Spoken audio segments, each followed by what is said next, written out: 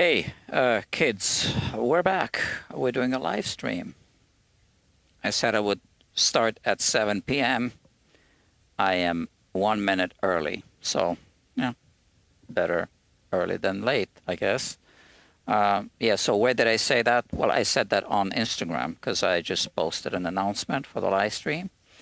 So now Guitar Quackery has, these announcements posted on Instagram.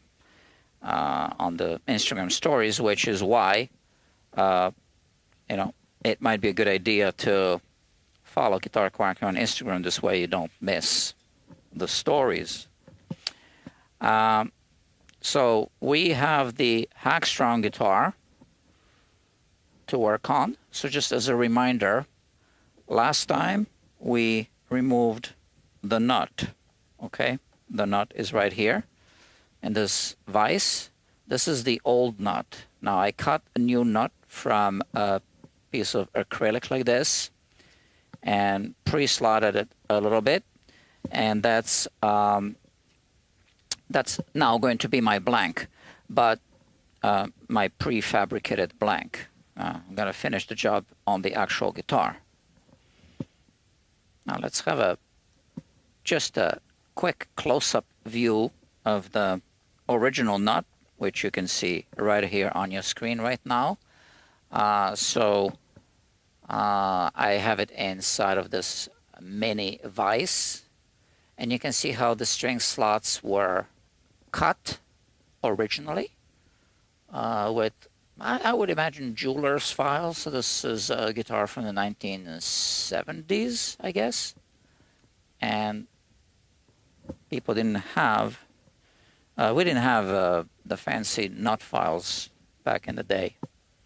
So people used whatever, jeweler's files, okay? And the nut was cut too low, so I think someone must have serviced the guitar over the years and just cut the nut too low. And you might be wondering where the guitar is. Well, I'll bring the guitar in a moment. I would love to have an audience, but no one's watching. And yeah, it is streaming publicly, but I don't have an audience, interestingly. So the guitar is behind me. There. Do you see it? Right there. Okay. I'm putting gloves on. Let me get the switcher app running on my phone. I'll need it. So I've been having internet and network issues here, but finally I think almost everything is now working. Almost everything. All right, friends. One reason why I was talking so much is because I was preheating the soldering iron right here, which we're going to use to reassemble the guitar. So I also posted a quick reel on Instagram informing the followers that we'll be doing a guitar autopsy. So here is, hold on, let me put this here. Here is the guitar. Let me get the guitar right over here. We have the guitar in a body bag. Okay. Like that. Just bring it here.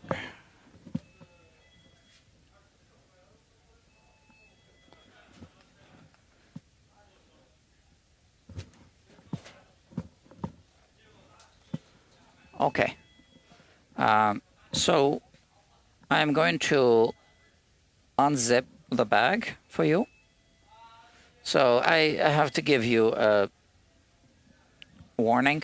So this is not for everyone, obviously. If you feel that you cannot handle this, close your eyes. But here is the guitar.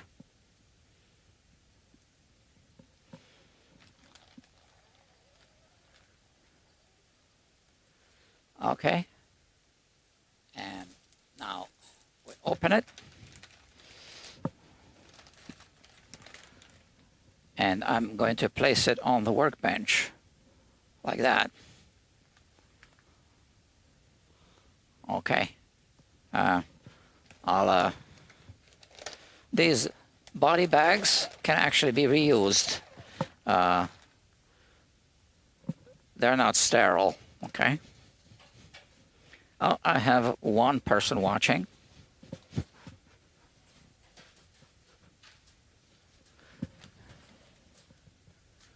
Okay, now let's have a look at the guitar on the workbench.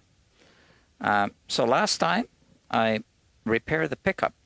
So I was thinking I was just going to spray some deoxit in the switches, and it turns out the pickup was bad. So let's have a look at that real quick. I repaired it, and off camera I already put it back in place. All right. So last time you saw it during the live stream, it was completely disassembled. Now it's already reassembled. So at this point, we can just quickly look inside of the guitar, and as you can see, there is a wire here that needs to be connected to ground, to the bridge posts, and that's how the strings get connected to ground. So I am going to solder this wire back where it was, which is why I was preheating the soldering iron.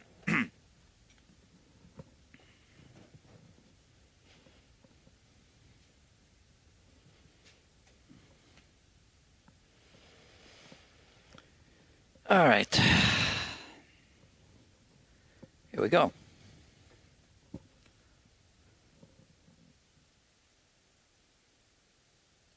So this wire just needs to be connected to this. So I am going to melt some more solder here.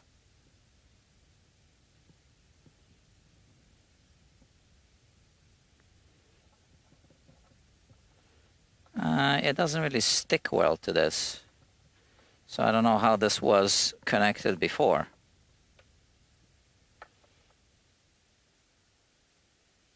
That's odd. All right, so let's try a fresh spot here. I honestly don't understand this. This was soldered to this, and this is just trying to put the solder back. All right, there's always something, right? Yeah, I don't know what to think about this now. I guess so a simple job of just soldering a wire is now getting too complicated.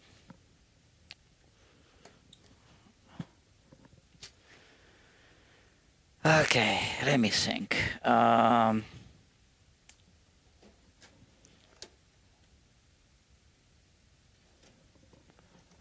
Okay, how about this? All right, I guess I don't need the gloves anymore.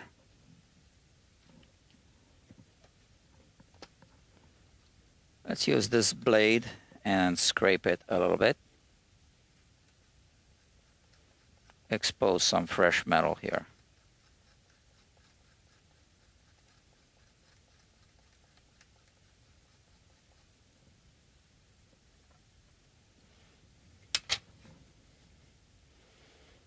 This should work. I mean, it's a pretty straightforward soldering job. So I expose some metal here. We want to heat this up first, the workpiece. We don't want to overheat it. That's the thing. And when we start melting solder, it should, transfer heat more easily. And it just doesn't want to stick. Amazing.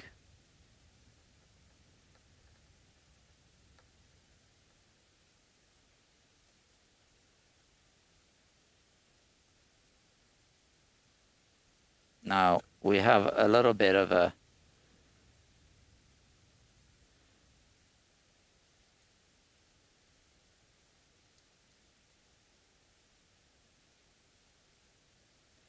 Okay, so now we're gonna have to test that this isn't a cold solder joint. So now that it's okay, I'm trying to pull on it. It seems to be okay. Oh, okay. I'm glad this worked out somehow. Now let's put it back together. So first I want to move any sharp objects away. We don't need to solder anything anymore. And yeah, so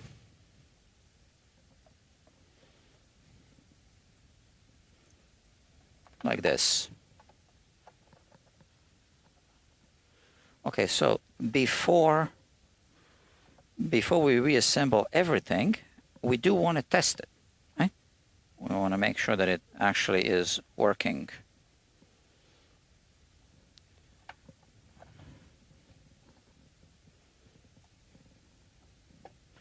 And that I'm not pinching any wires here, just that grounding wire. Let me see where it's going. That's okay. Just the surface is a bit uneven. Okay, so this is going to be an easy test. I'm just going to take a guitar cable and plug it in, and plug it into the amplifier right there. So this goes into the amp like this, and turn on the amp. And where's my tuning fork? Okay, so now I do need to put a microphone there so you can hear it.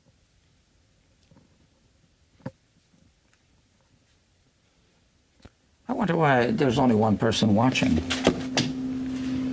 It is publicly streaming. Okay. Hey, I don't know.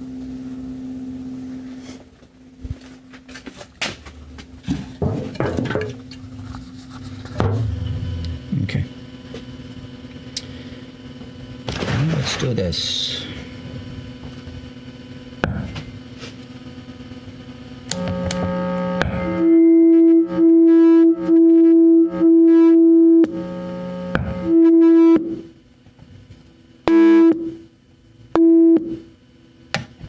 Yeah, it works. Okay, so we just tested it. And now we don't need this mic anymore.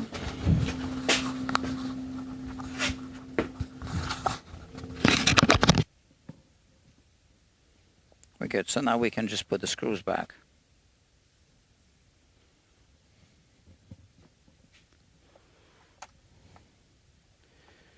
So I noticed that whenever I work on interesting projects, no one seems to be catching those projects. This is interesting. Hey, I don't know. Not my loss. But, yeah.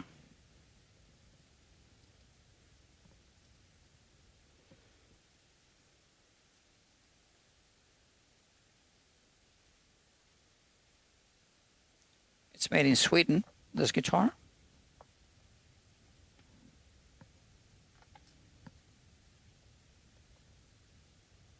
So 6 screws hold this plate. Someone over-tightened the screws at one point, which is why we have these fractures. I'm not going to over-tighten the screws.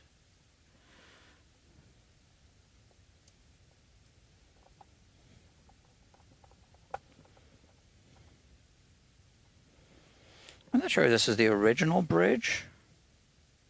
Somehow, I don't think so. I think this is a replacement bridge, Epiphone bridge. Not everything on this guitar is original. Like, for example, the nut. It was original, but it's cut too low. So now I replaced it. So the new nut isn't going to be original. And we have the bridge. One of the screws is missing. Not the bridge.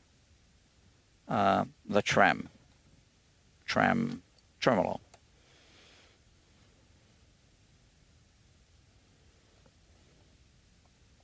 And these screws are really short, and that's not good,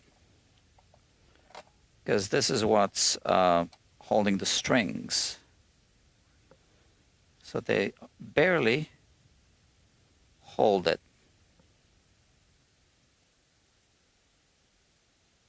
And I feel that if I tighten it too much, I'm not even really tightening these screws significantly. So this one is just spinning in place, so it's not holding anything. Maybe it would be better to put this screw here if it's not holding anything over there. And here it's just spinning.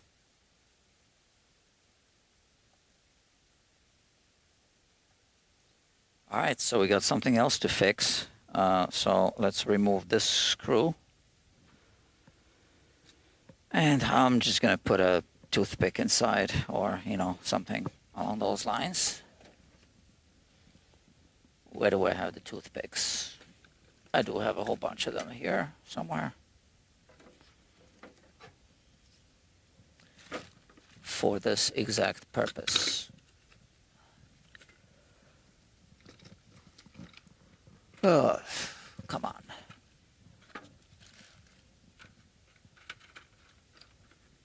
I had them. Oh, here they are. I knew they were there.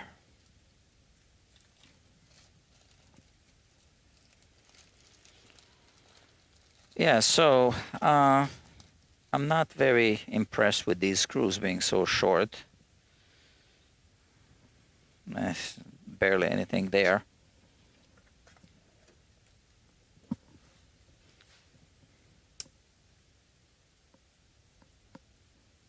Look at that.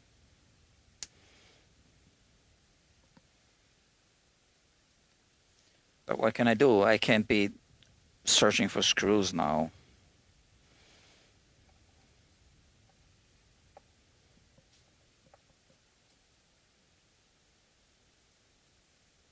So even that's not holding anything.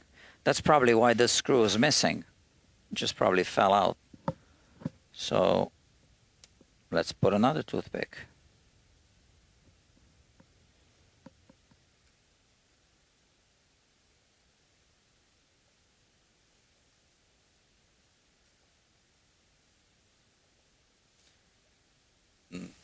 Still not holding.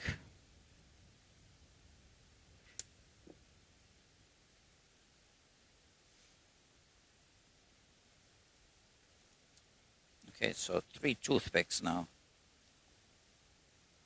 That should do the trick. Okay, yeah. All right.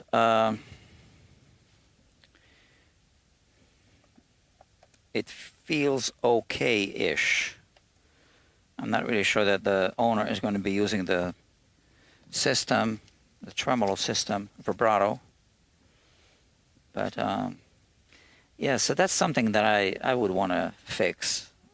But we already had some unexpected, an extra unexpected project here with a pickup that really needed to be repaired.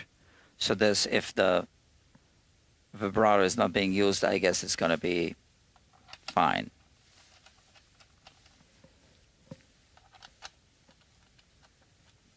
Like I said, this whole thing looks like a Epiphone. Yeah, it says B2 here. All right.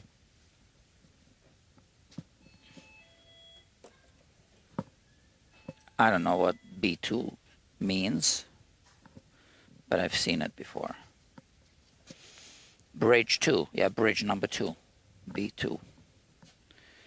So since we are cutting the string slots on the nut, we need, at this point, we need to put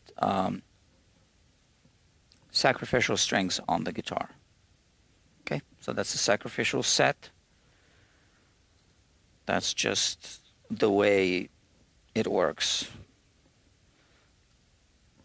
The strings that we are going to put are going to be 11s, but I'm going to be cutting, oh yeah, these 11s, excess coated strings.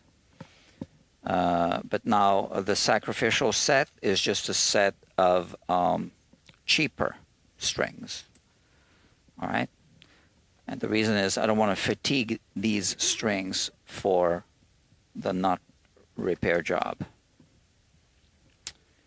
And you have to excuse me, but I need to grab some water. Well, no one's watching anyway, so well, let me just grab my water here.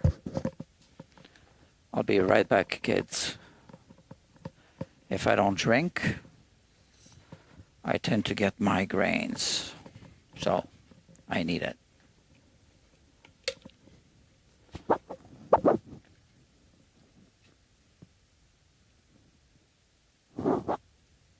And I put my own electrolytes in the water.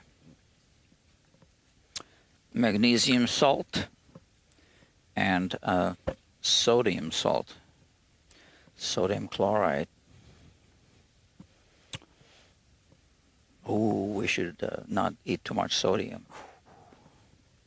We don't need sodium. Sodium chloride, that's salt. Every muscle in your body needs it to function. All right. Let me see.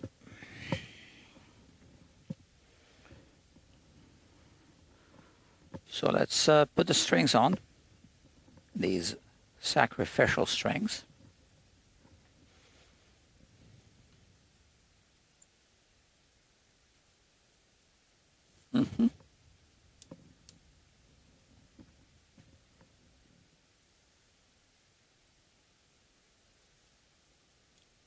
Let's see.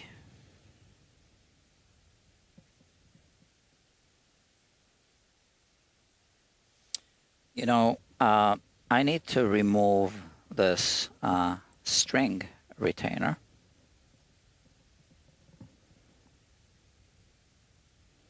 And then I'll put it back.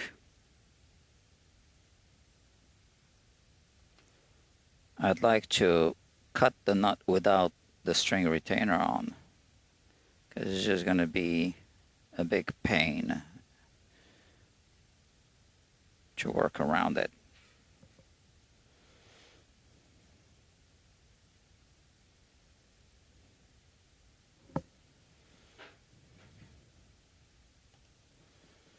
Okay, that's that. And here we go. Is this how we do it? Yeah, I guess.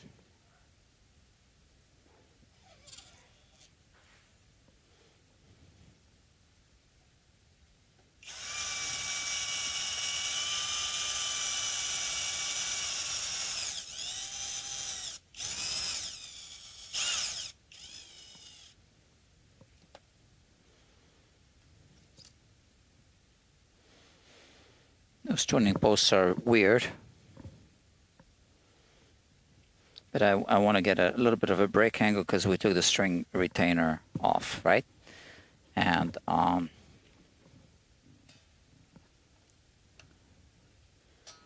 let's just adjust the action a little bit. And hold on, guys. Hey, hey.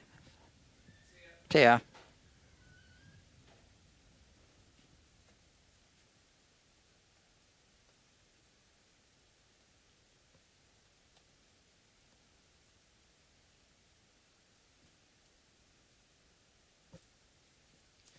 Maybe this is a better fit. Yeah. Okay.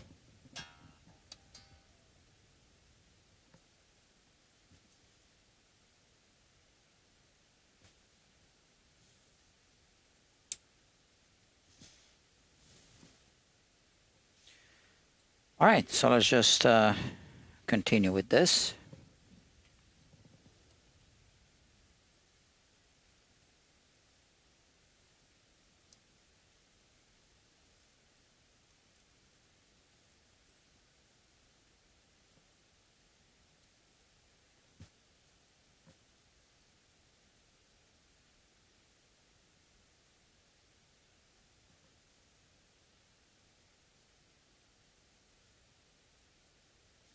And I am winding everything under, not over under.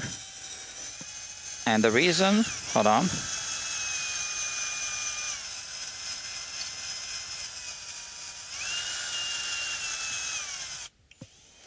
So that I can have a little bit of a break angle, because I removed the string retainer for this job.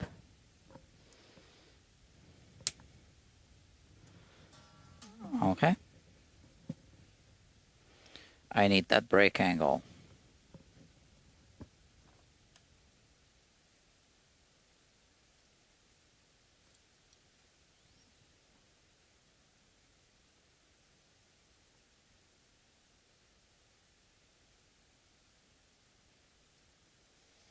Like that.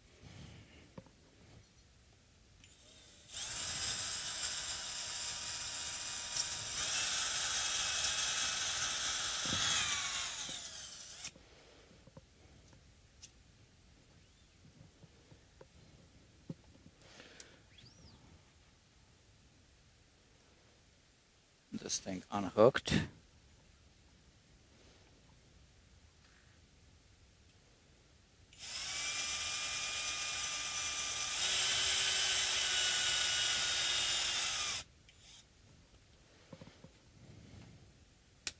Yeah, so like I said, these are sacrificial strings just to cut the nut.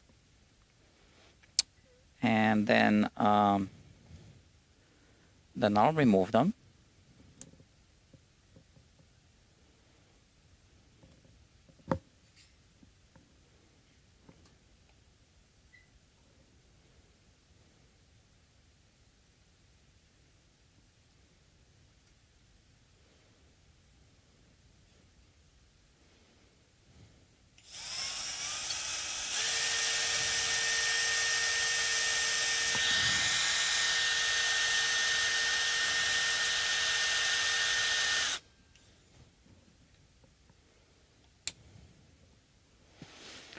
Okay.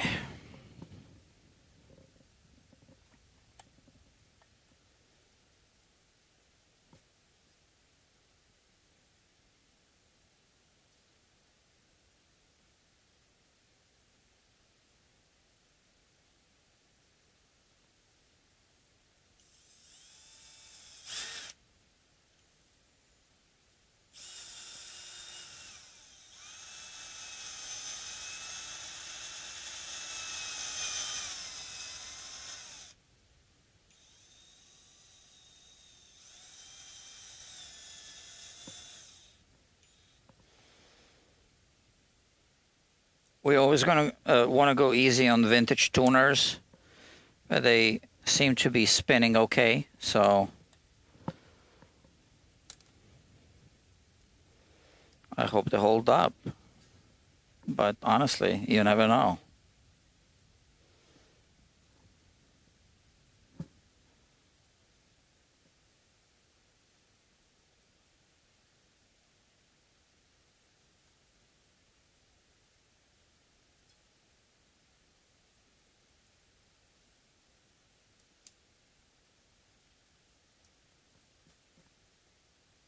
Okay. Like I said, I'm putting more turns than usual. So I put more turns to get a little bit of a break angle because it's not a angled headstock.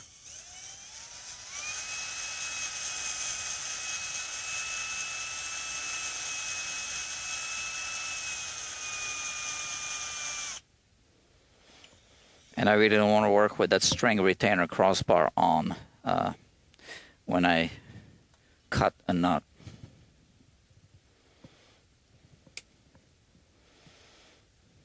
Okay, so strings are on. The guitar doesn't need to be in tune. We just need to have the strings at some tension. Okay, and here I have my chair. I'll be right back. I took it out before, but I need it. And friends, I might fall asleep while I'm cutting the nut. That's what happens sometimes, because I sit. Yeah. All right. So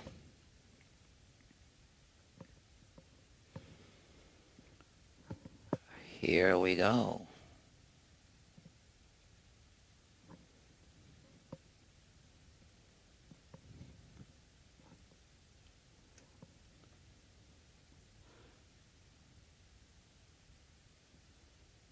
Okay.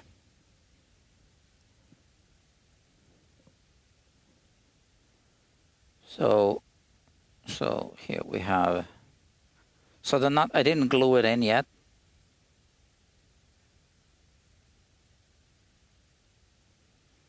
This is going to be the final position.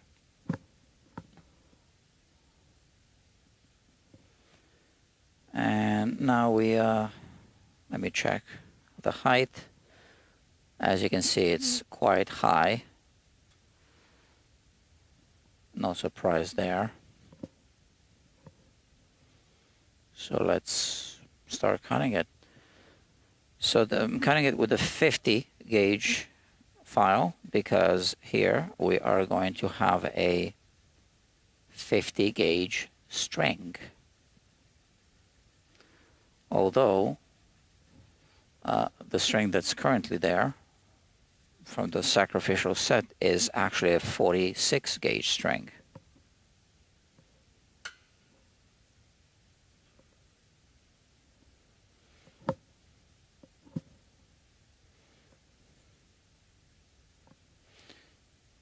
It's quite high.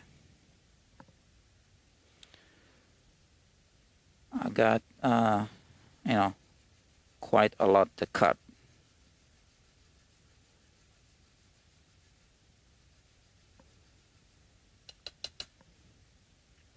And this isn't a common nut material because it's acrylic.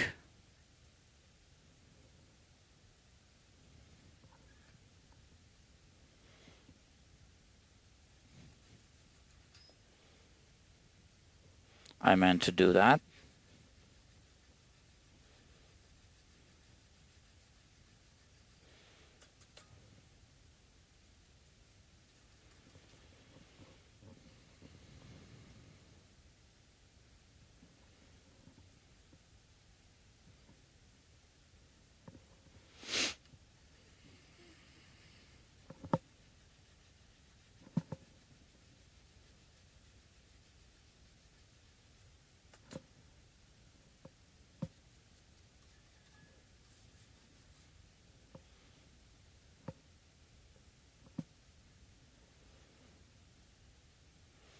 Very high.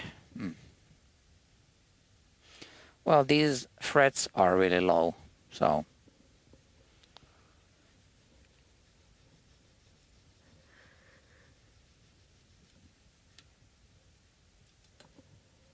the nut isn't actually high, but the frets are low.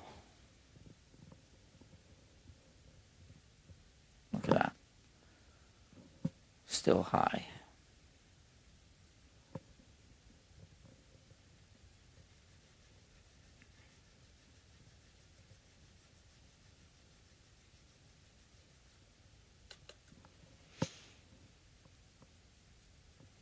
Okay.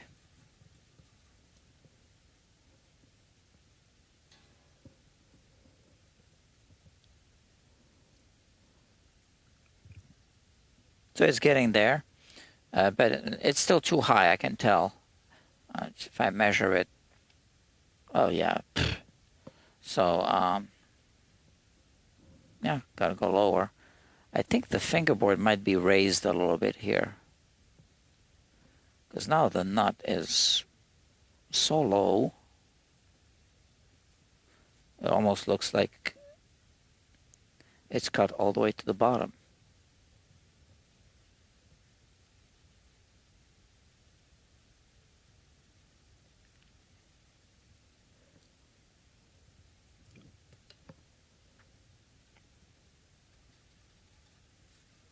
Mm-hmm.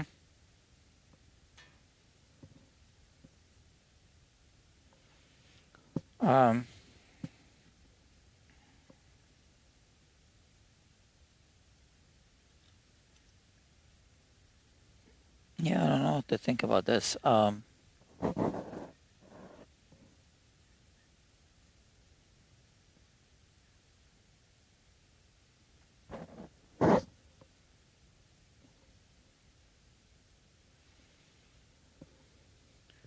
almost cut it all the way down to the wood. So it must be that I kind of feel that it's going up here. I'm not sure.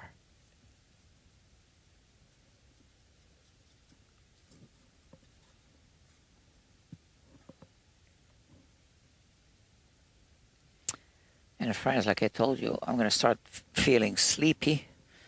And that's what's happening. So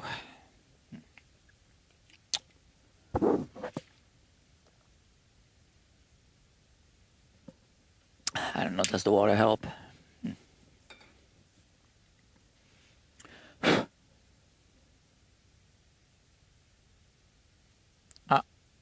Now it's, I think, even could be just right. Yeah, it's within range. Maybe a little high, but oh yeah, and it's moving also. So let me see.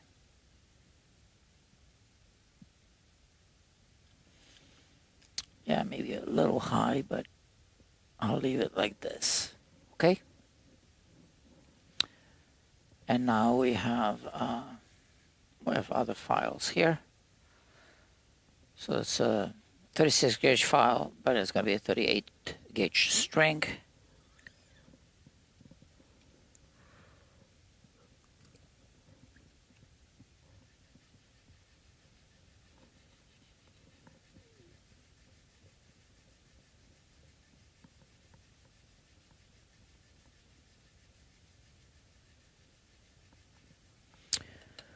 Okay.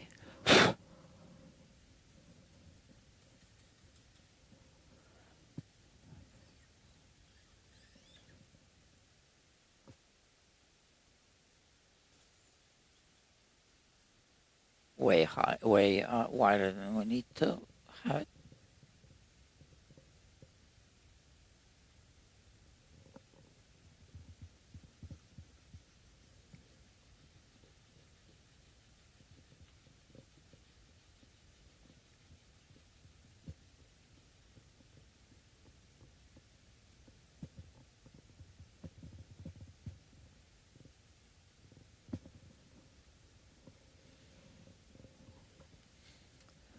Okay.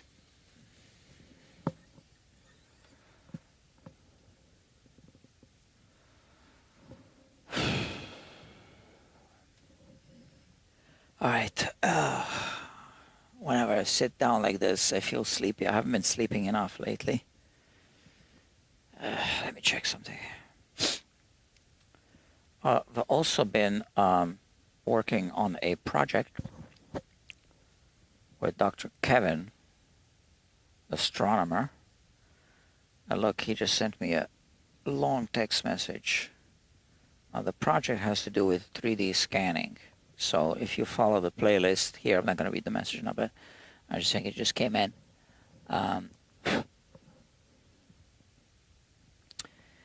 If everything works out the way we want it to, it's going to be amazing. So I don't know how much I should tell you. I got to discuss it with him first. But he's working on a something in the computer that's going to have to do with 3D scanning of guitars, okay?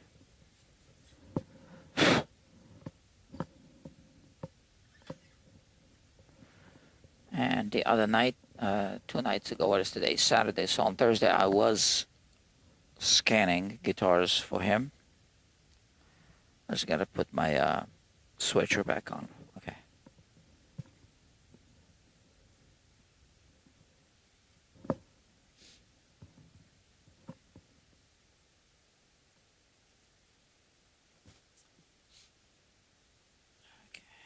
So still too high. Well, is it not switching now? Oh, it is switching. Okay.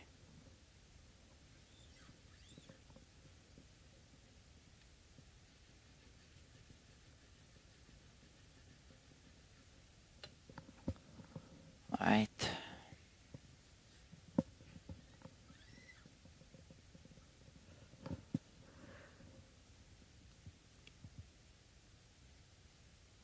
It's still too high, but like I said, here at the front, it feels like it's really close to the fingerboard. So I wonder if these frets, which are brand new, so these frets are brand new, and no, they're not. What am I talking about?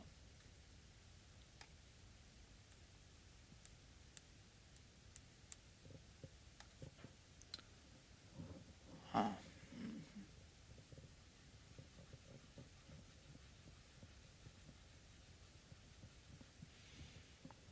The nut is brand new.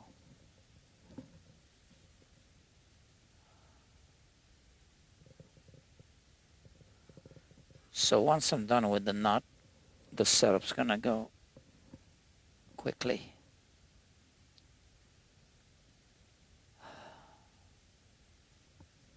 Oh. Yeah, I have an idea. I have matcha powder right there, and that has caffeine in it.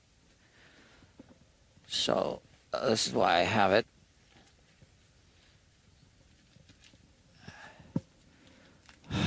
See, I was talking nonsense that the frets are brand new. I'm falling asleep.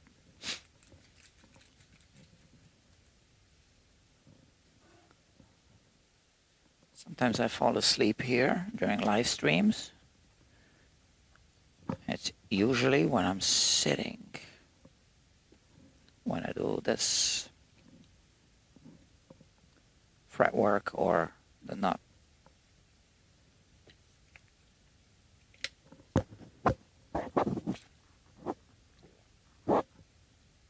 Alright.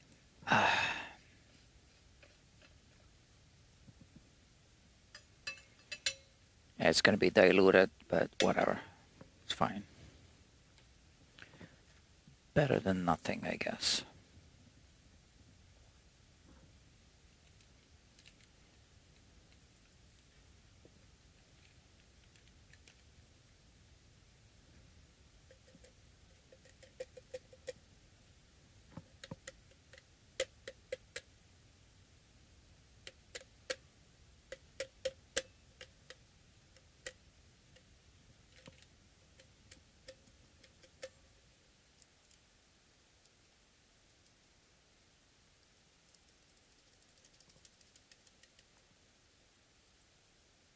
Is it all out?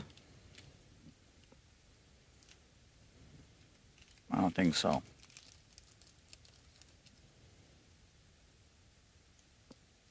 I don't like this packaging.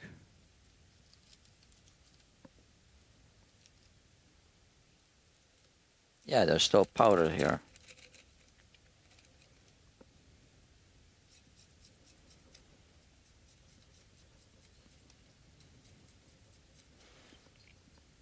Okay.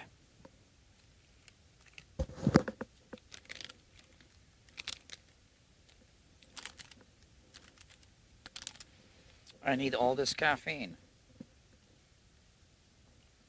to stay awake.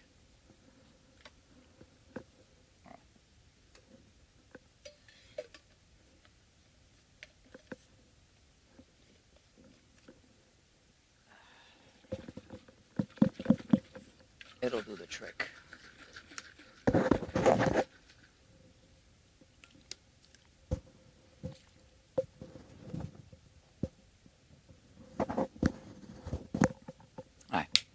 It's better. I already feel better. The placebo effect is kicking in.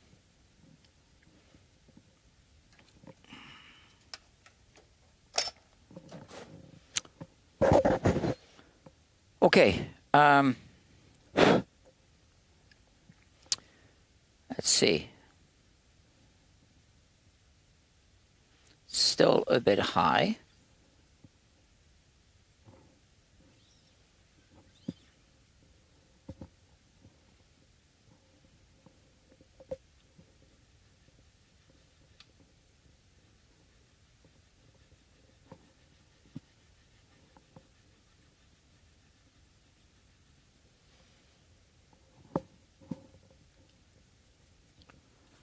Okay, let's hope that I don't cut it too low, because then I need to cut a new nut from scratch. And that took a minute.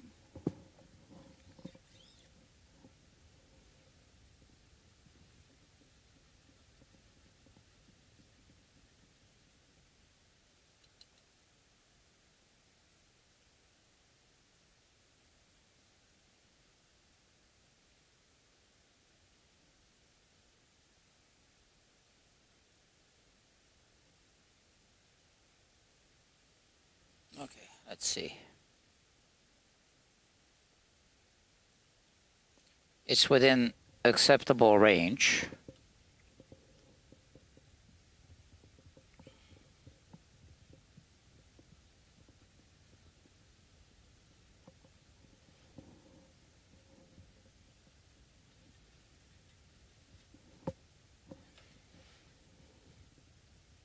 Oh, this looks much better.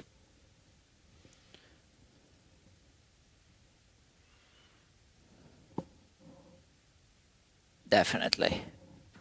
Okay, so we got this one done. Don't need these two files. And now let's work on the D string. 28 gauge file for this one.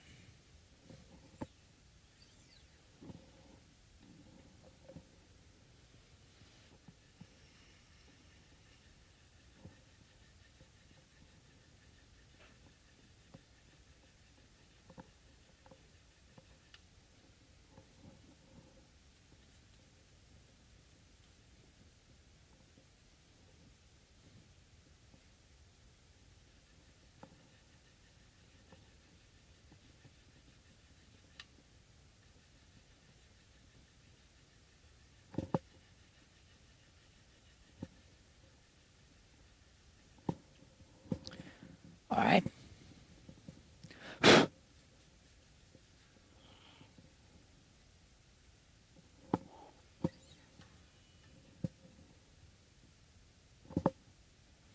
You can see that it's too high, right? From there.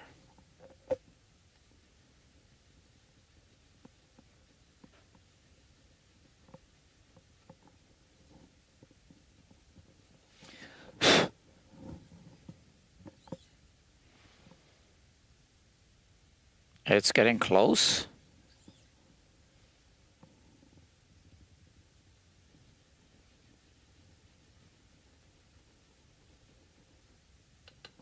All right.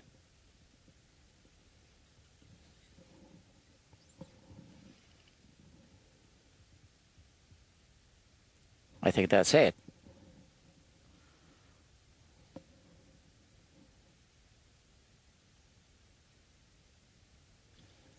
Okay, can leave it like this. So that was the D string, and now I don't need this file. Now the G string is next.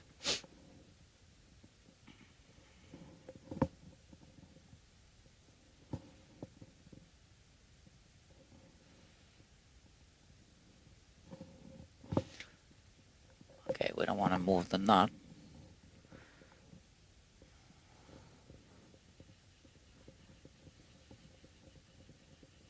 We are going to glue it in. Yeah. I guess I'll use maybe canopy glue for this one. And you know what? I have it in the fridge, which means I want it to warm up a little bit. So stay with me here. Please don't go anywhere. The fridge is right here. I keep certain types of glue in the fridge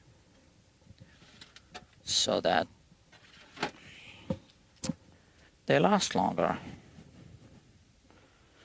And this is the type of glue that I would use for binding repair, not my favorite job.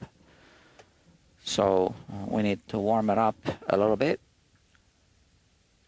And let me see.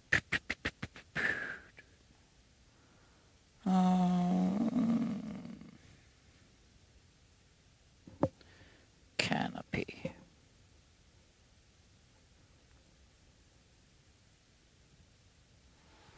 Okay, I don't have a link to it. Formula 560, maybe that's how it is. 560. No, I don't have a link. Let me see, glue.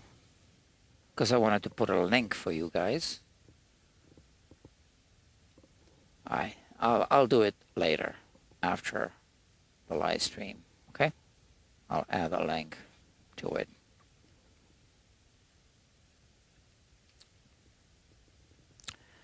Where's Beth Kid? I'm the first to chat. Yes, you are. You are the first to chat.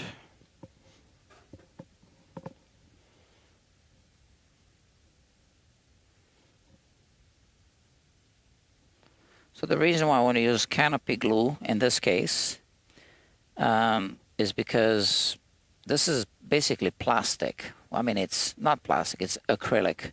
And I think that canopy glue is best for the acrylic because I use it for plastic binding repair to glue it to the wood. So I'm thinking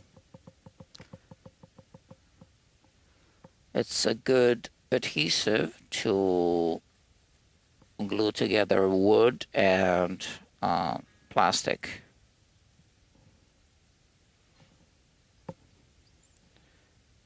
And yet it's water soluble. Not sure if it's water soluble if you can dilute it later once it's dry completely. I don't think you can. But yeah, I think that's the glue to use in this case. I might be wrong. No, I'm not wrong. It's fine. That's the glue.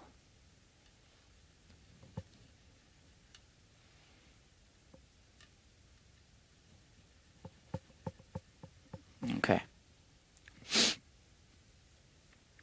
You know, that matcha powder really helped, so I'm awake now. There's the caffeine.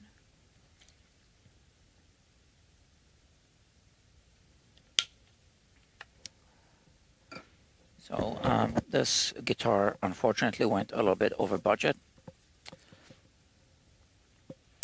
And that's because of the trouble we discovered with the pickup.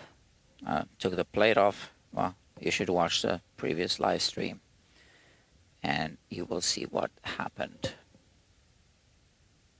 This was already cut there, by the way. I'm not cutting this with a file.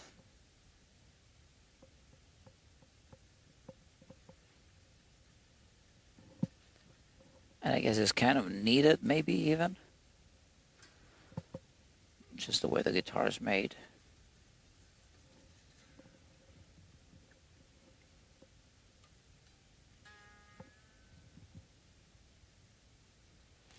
So, no need to measure yet. It's very close, but it's still a little too high. You know, to be honest with you, I don't need to measure that with this. I can cut it without. I've done it plenty of times without, and most people do it without just fine.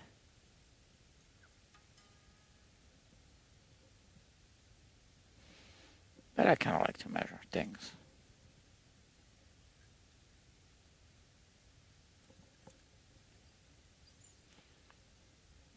Because, for example, right now I thought I was almost good, and I'm not almost good yet. I'm not in the almost good range yet, in reality, which is what the measurement told me.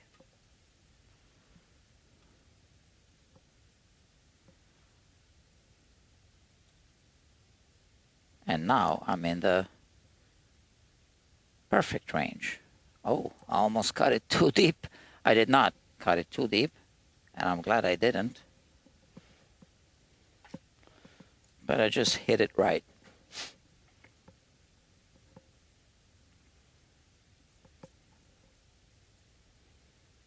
You see? Oh, I don't know if you see this from there, but there's barely any space left, but that's what we want. There is space, right? You know, when I push it here, okay, there's space, and there's space on all of the strings. Okay, so we're done with the G strings, string, and now we move on to the B string.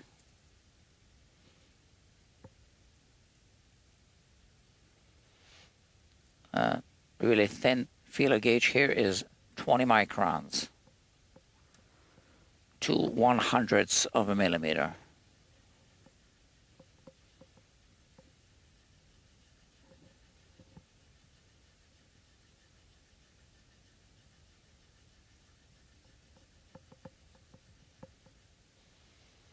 Okay.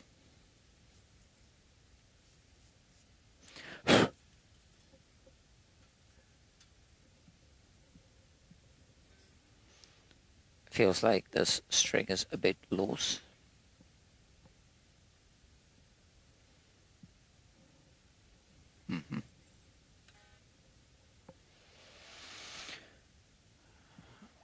We also need to shave the sides of the nut. I'll do this after I glue it in.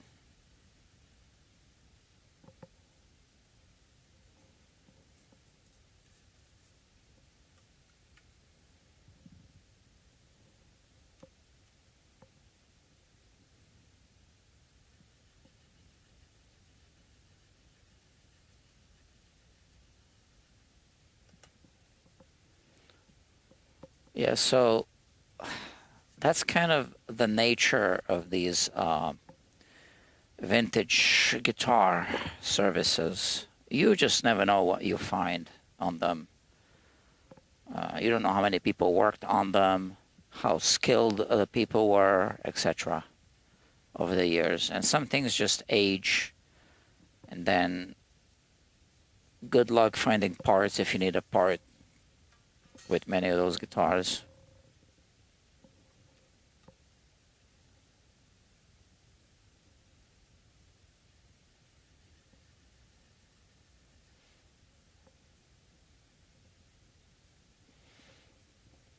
Okay.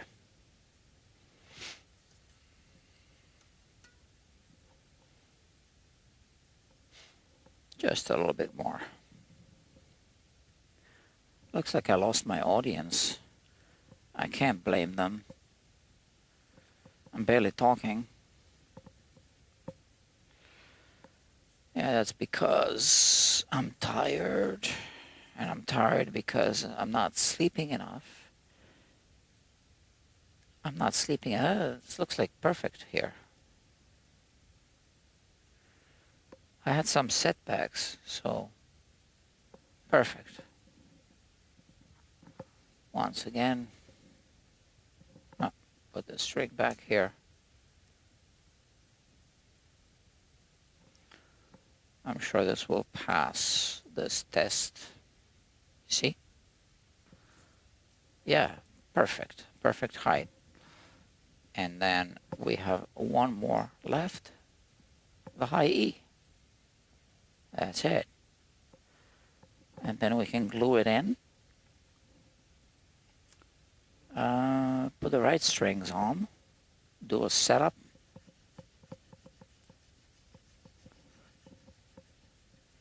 And it'll be finished soon.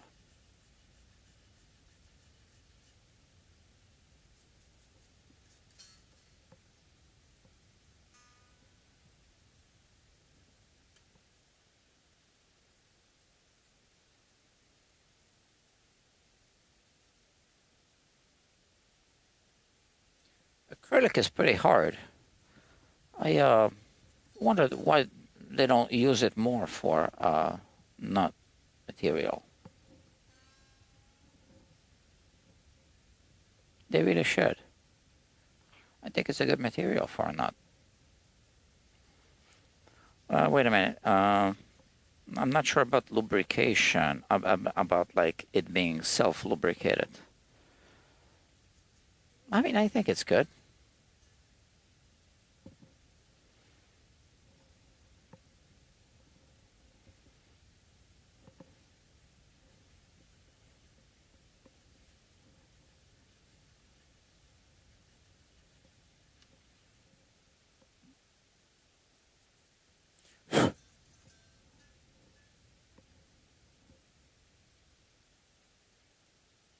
Still too high?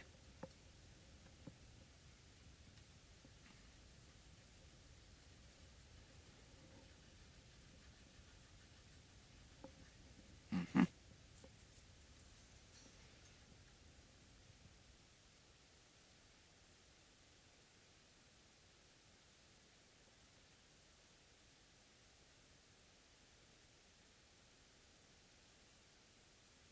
As we approach the final depth, we want to check it more frequently. And again, this looks actually like I just hit it.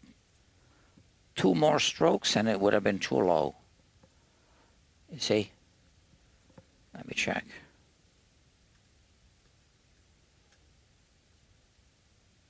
Perfect. Okay, friends. So we're done with these nut files. We're done with the microscope for now. And yeah, we're done with these feeler gauges. Okay, so now what do we do now? Let me think. Yeah, we gotta think when it's not a usual guitar. Well, I'll remove the strings.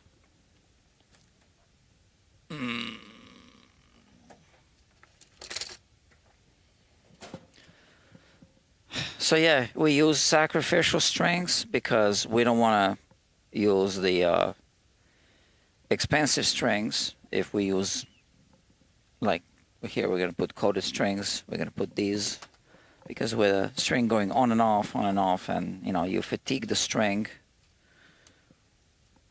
We want to do like as little work as possible with the final strings on.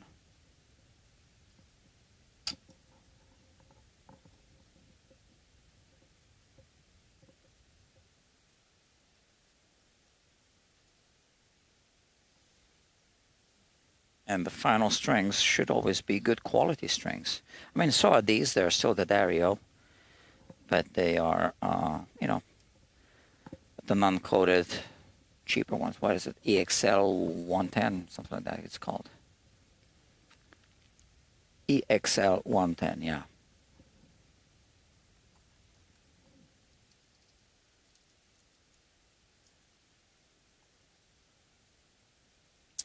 So some of the tuning machines are a little stiffer than others, I noticed.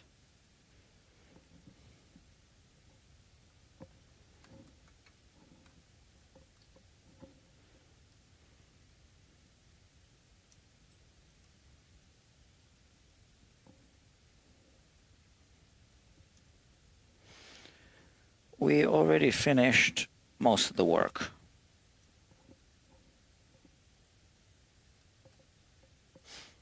Yeah, this one is stiffer.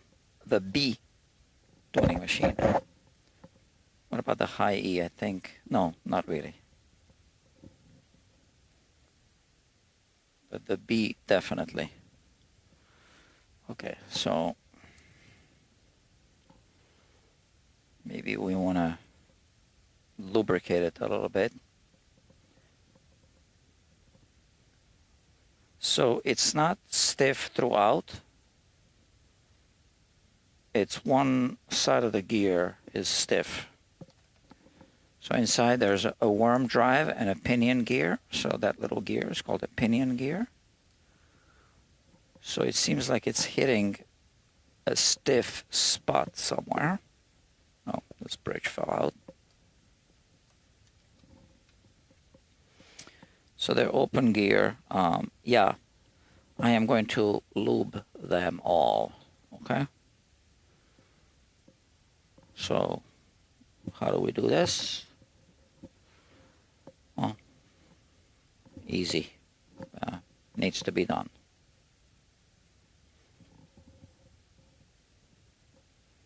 That's it. Petroleum jelly.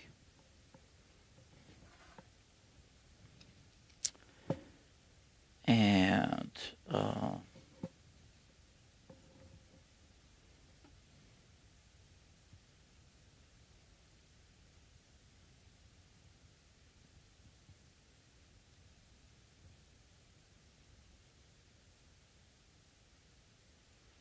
nothing crazy, just a little bit.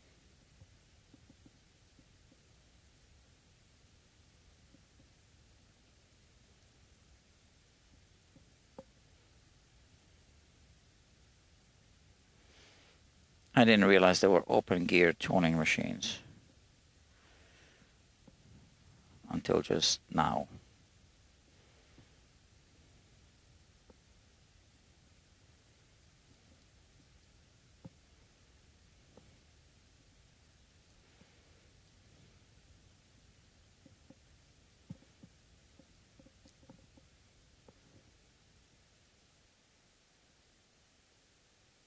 Yeah, those things need to be lubricated every now and then.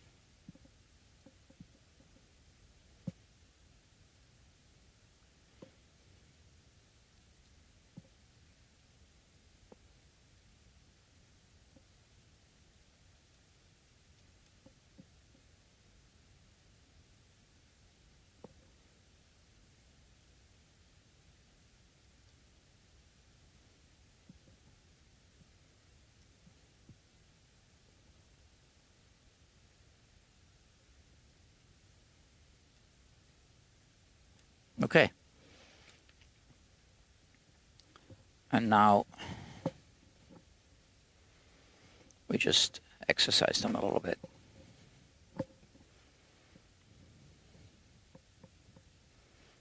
So already feels smoother.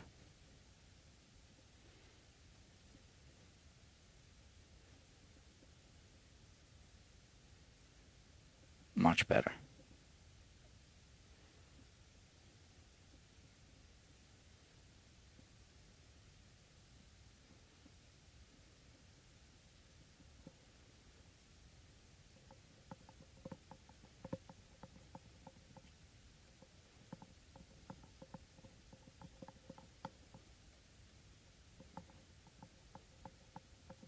Okay.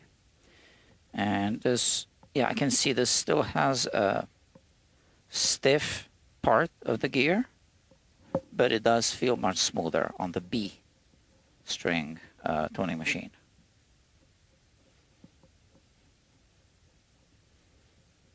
Okay, they all feel much better now.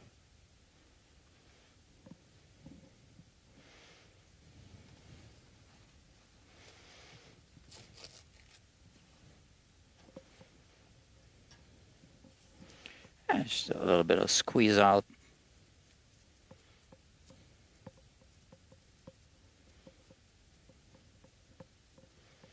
Okay, we're good. And now we need to install the nut properly, glue it in.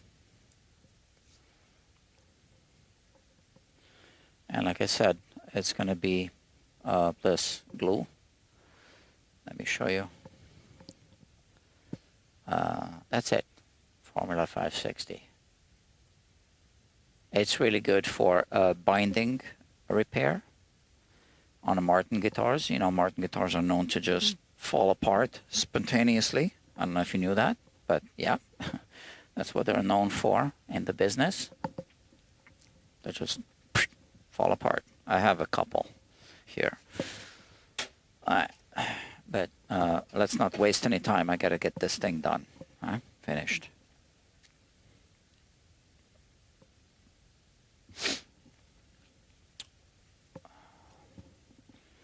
Oh, I reached out to Music Nomad for sponsorship.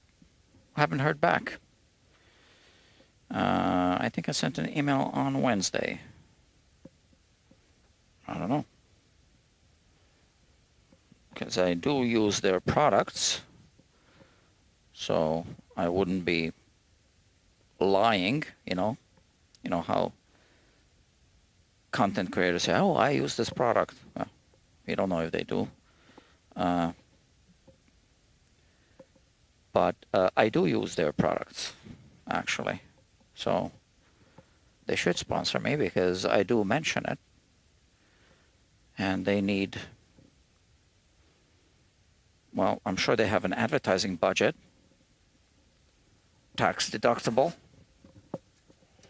So the most logical thing to do with that budget is to pay people. People like me, I guess. Where else would they advertise? You know, social media. That's it. All right. So, I just threw away these string ends, and I wanted to use one.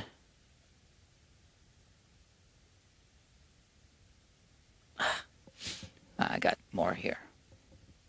Right here. Okay.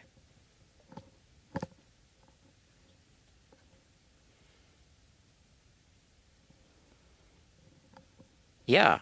I really don't like to be called an influencer. I don't really like that word.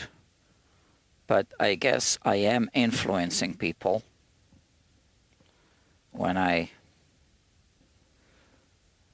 tell them what products I use. Because I went through products that weren't working out for me. So I can save you time and money by telling you what did work, what does work. And I don't really want to talk about what doesn't work. Unless I have to. There is a potential sponsor that always reaches out to me. The thing is that they don't want to pay anything. They just want to send me product that I don't use. Well, I have this little thing that I called integrity. A silly concept, I know. But yeah, I kind of like have that in me.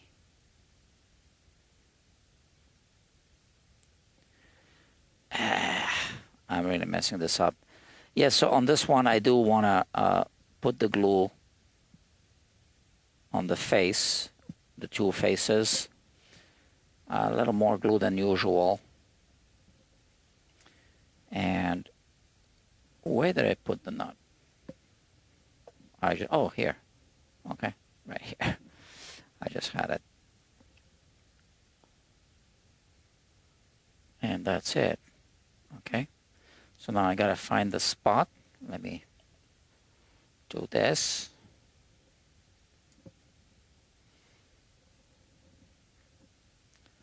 Clean up a little bit.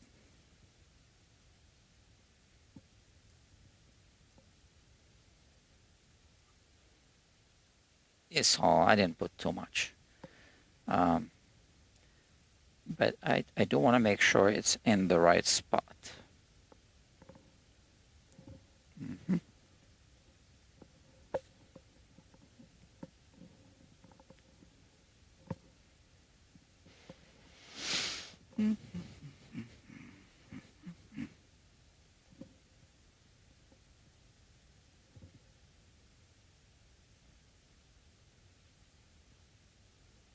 Yeah, that's the right spot. Okay. And now what we can do is I can put a capo here, and I have a capo right here to hold it for a minute. Mm-hmm.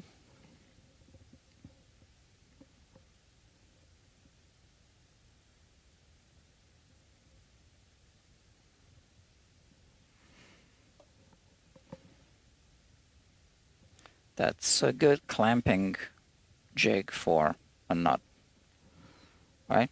Okay, so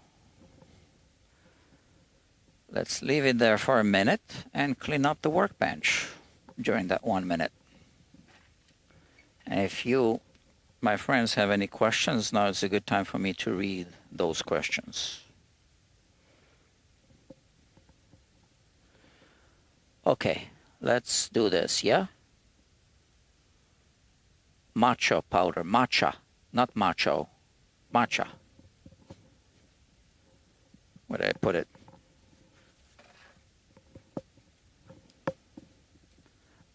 M-A-T-C-H-A, matcha, matcha, Japanese.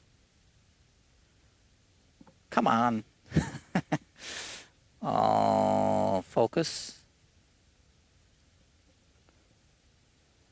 I don't understand these autofocus cameras, lenses, okay?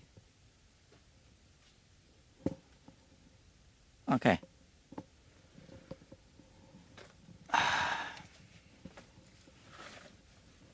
Matcha. Green tea has caffeine in it.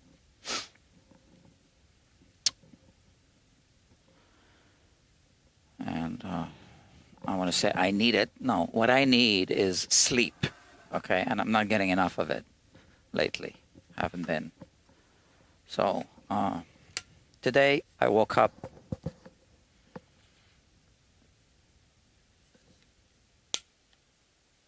I missed my 10:30 Zoom call, which was going to be a lesson. I teach guitar on Saturdays. And I did wake up around 10:30-ish, 10:45-ish. And then I had to hurry. I had to text the students. Yeah, I'm running late. Okay, let's do the lesson at 11. It was an hour and a half long lesson.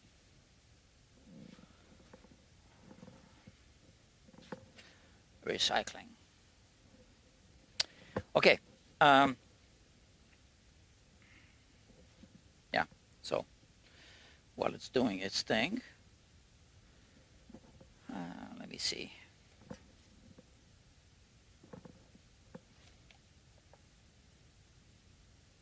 I'm just checking because I'm not really. So this one is still spinning, kind of, and so is this one. Yeah, I want to put toothpicks here as well on these two.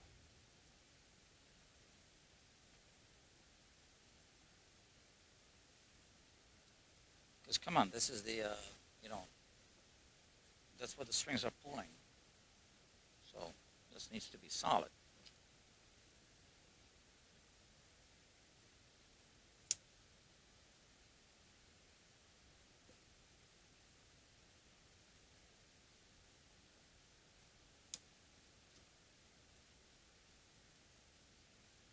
So these aren't super loose like the other old ones. But still, I feel it's just not, doesn't feel tight enough. So the wood used, for the body of this guitar is some kind of pretty soft wood. Looks like pine or something, I don't know. And short wood screws that, people have removed over the years.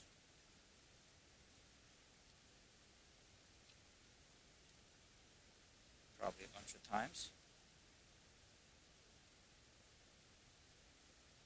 So I can fix this better than putting toothpicks.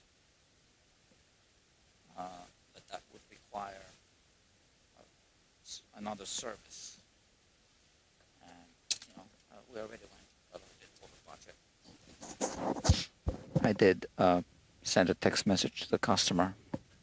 What can I do with that pickup? You know. All right. So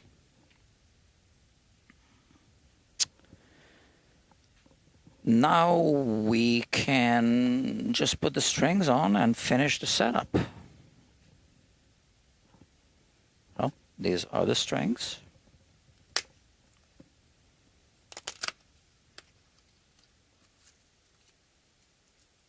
Once again, the Dario 11249, that's what he wants. Excess strings, coated strings.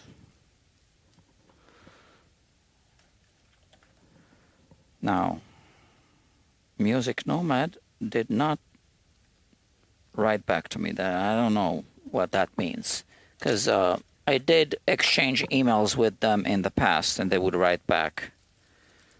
Maybe my email ended in the spam folder or something. I don't want to jump to conclusions, obviously. But they should sponsor Guitar Quackery, because I'm not making this up. I do use their products. And I don't use all of their products, but those that I use are those that I like, and those are the ones that I can mention. And influence people to buy them. All right.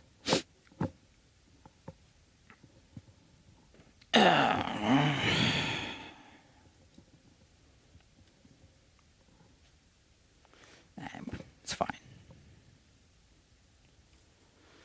Now, another potential sponsor is the Dario. I did reach out to them. I actually have a really good connection with the Dario. Well, my connection is a guy that's married to Jim DeDario's daughter. Okay, so yeah, pretty good connection, right? Oh, here, by the way, I'm just going to dial in the compensation. Rough it in, I mean. I'm going to rough it in. Eyeball it a little bit. The way I know the pattern should look visually.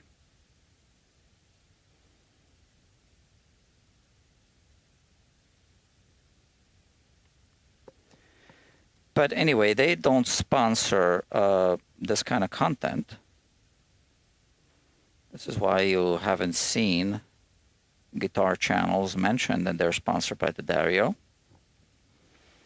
Too bad. But I have another idea for them, which I'm not going to talk about now. There's only one more person in the world that knows about the idea.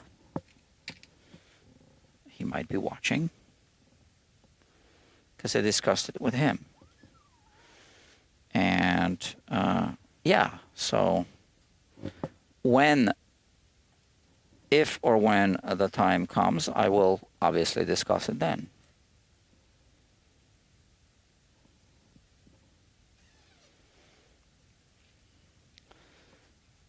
So like I said, I'm not going to do over under, just under. Because we need to add a little bit of a break angle to these strings.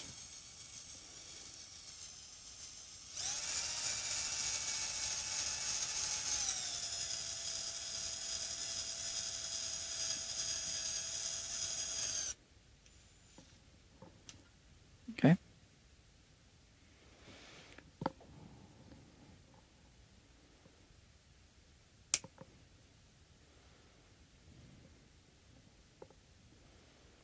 Okay, this isn't moving.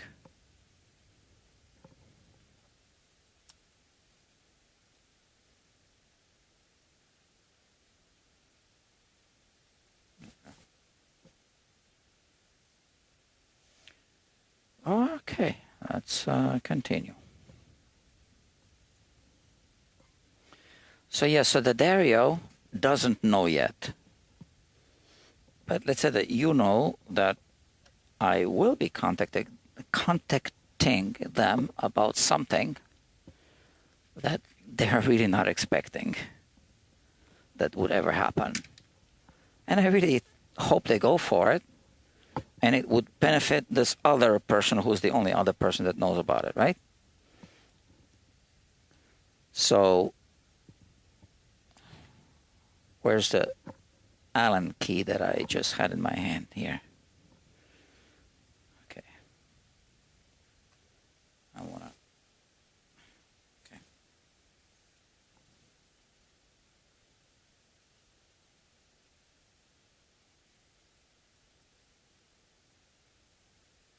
Oh, I didn't align these properly just yet.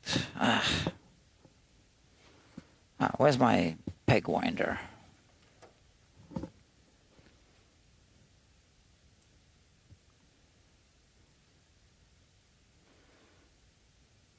So these are really low ratio tuning machines. I'm curious to know what ratio. So let's do a quick test.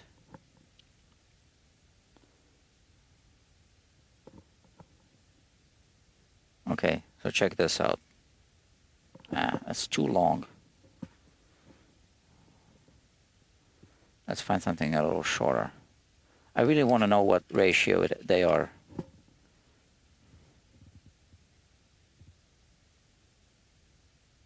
Doesn't fit inside. Okay, what do I have that fits? You know what? Let's just clip this. That's perfect. Okay. Look, so 1, 2, 3, 4, 5, 6, 7, 8, 9, 10, 11, 12, 13, 14, 15:1 ratio. Oh, interesting. I thought it was going to be less than that. It feels like it's less.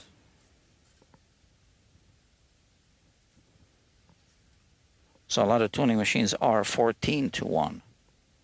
So this is actually better.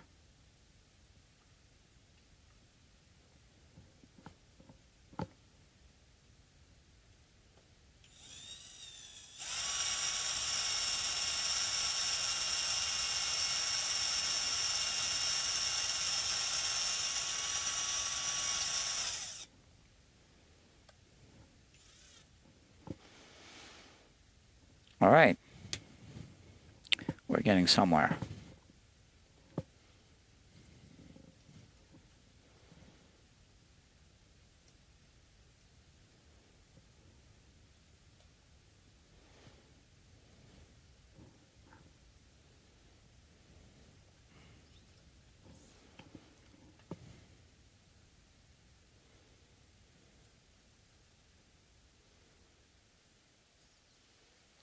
We're almost done. Not much longer.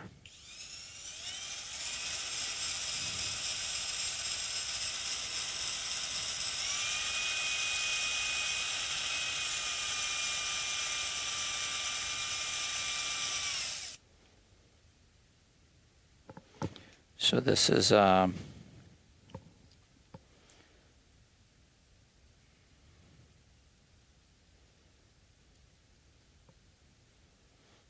it's a weird how these are shaped.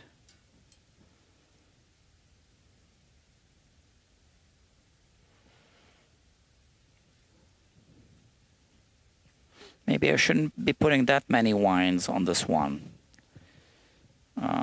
Okay. Let me reduce the number of wines a little bit. Okay.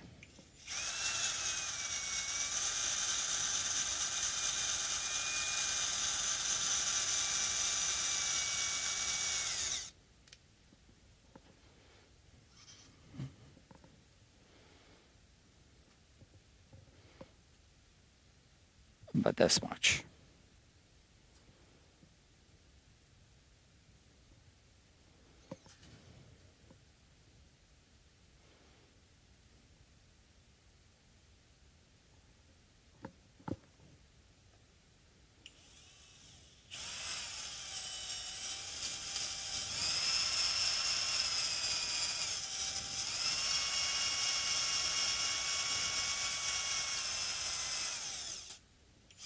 Okay, there you go, better.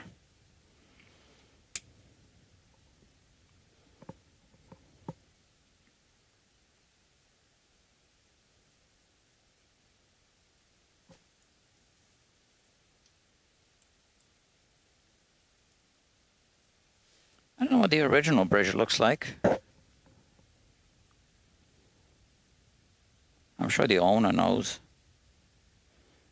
I think he said that he has 2 of these guitars. Is that what he said? I can't remember.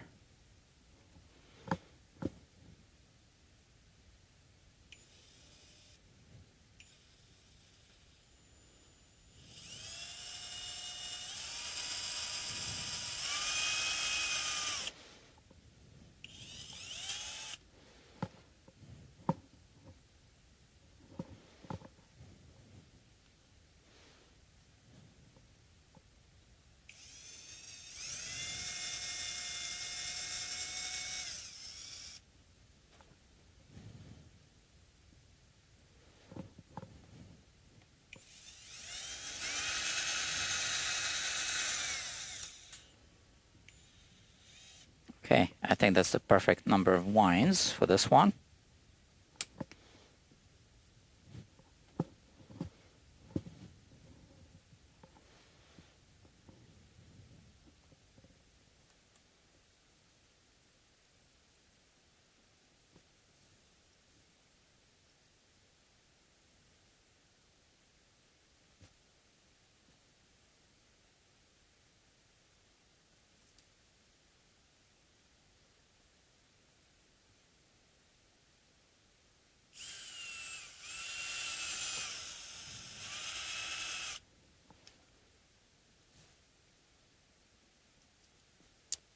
So on the other side, the other end, I lost the connection here.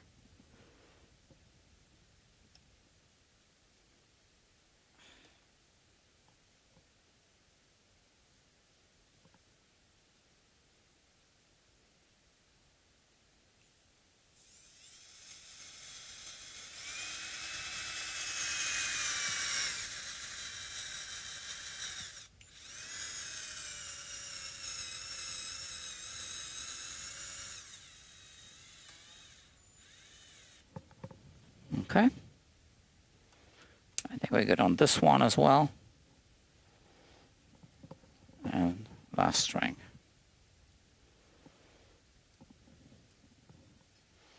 And the rest of the setup is going to be quick.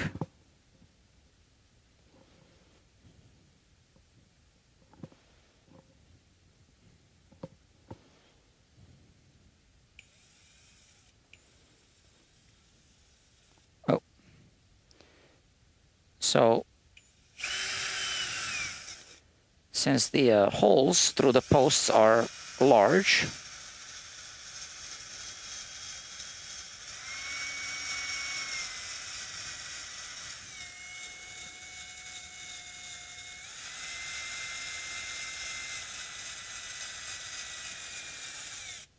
I do want the wines to push the string upwards.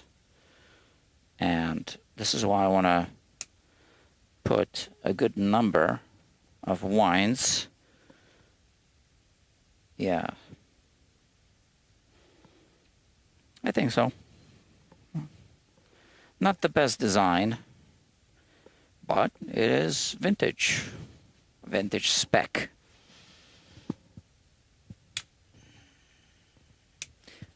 My recycling bin is full. I need to empty it.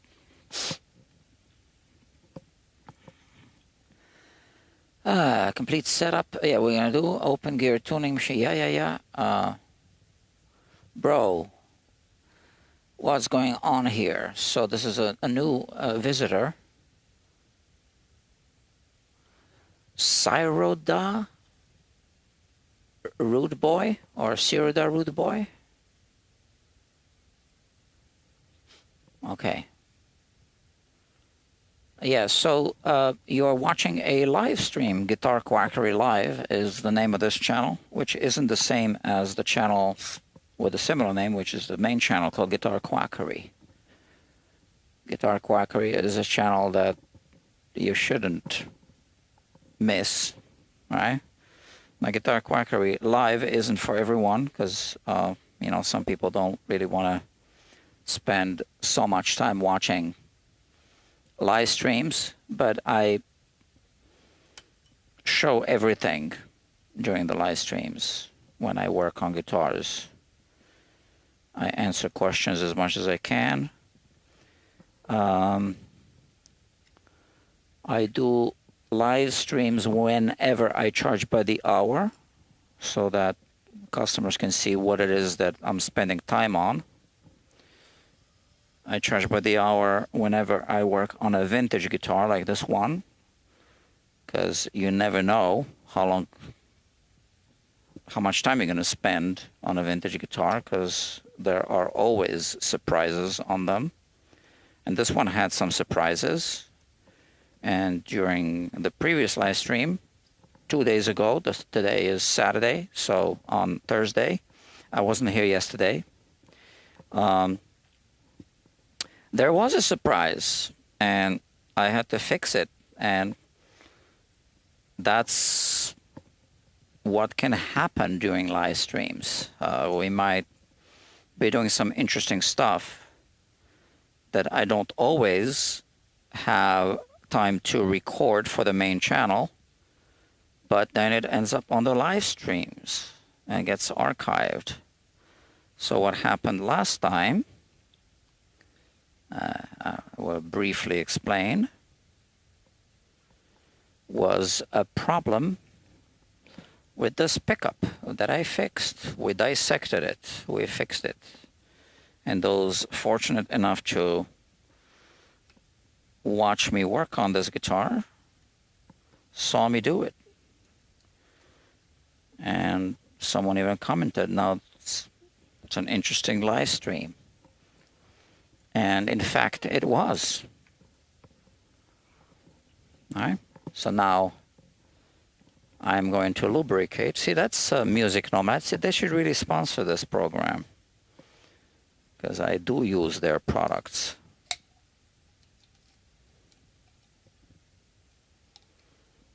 Like I said, I don't use all their products, but I do use quite a few of them.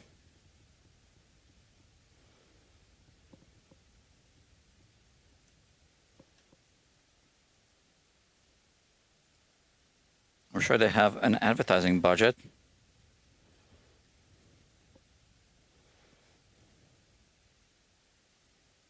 So now I'm lubricating the nut.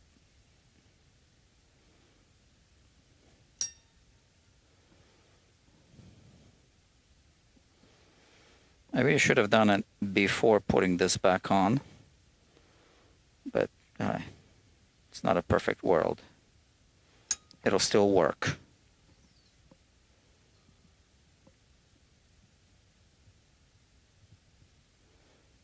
Now you could argue that these coated strings are self-lubricating. Yeah, but it doesn't hurt to put some more. Oh, this is plenty.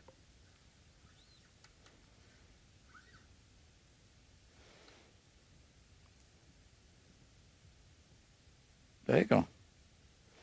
It's been lubed. Let me show you at least one. So here, you can see this one, the lubrication, right? Now it goes inside, and that's it. So all of them are now lubricated.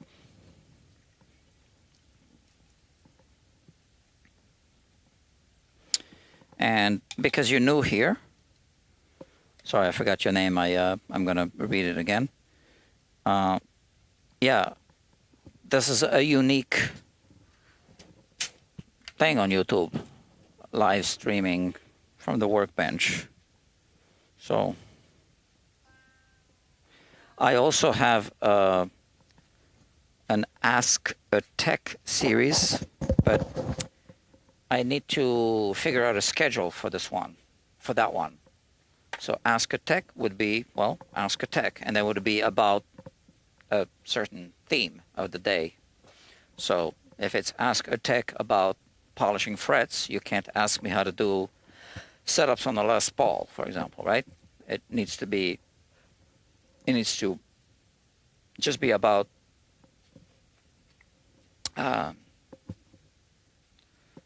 whichever theme of the day I choose. Okay. I need to make sure I adjust the height of this correctly. So it needs to go down a little more. So I just need to tighten this one.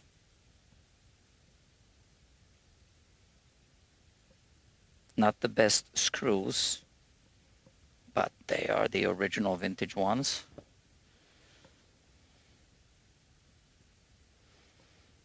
I guess maybe a little bit more on this one.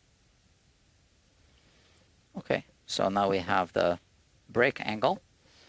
And yeah, so during the live stream, as you can see, I do live switching. And no one else does this like this. There are a couple of other people who do live streams from the workbench, but it isn't like this. One of them is Unquendor Guitars.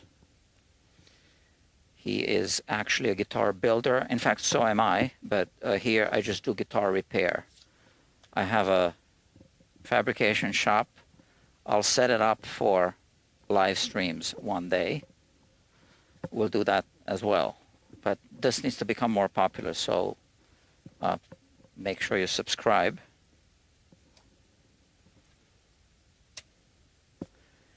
And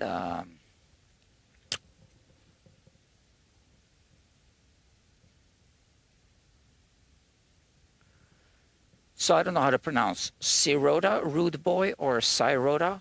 I guess I'm going to say Sirota. Sirota Rude Boy. Ciro. Oh, Cyro, the Rude Boy. I'm sorry.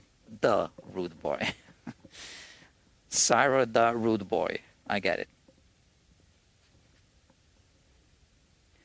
Sorry. I haven't had much sleep lately. And now, for now, you know, so I don't have really secrets. So I show you everything, how things are done. And I do have a couple of secrets, but, you know,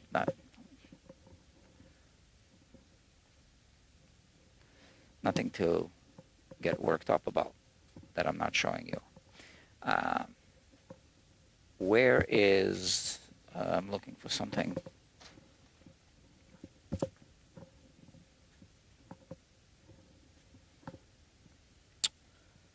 Okay, I'm looking for the other neck rest, which I might, did I put over here?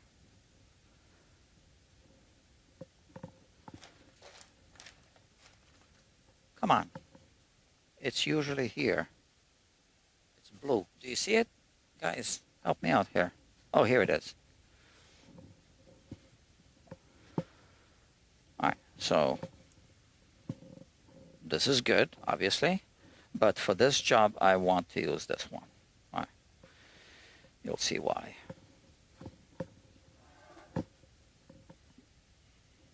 So Cyro, the Rude Boy.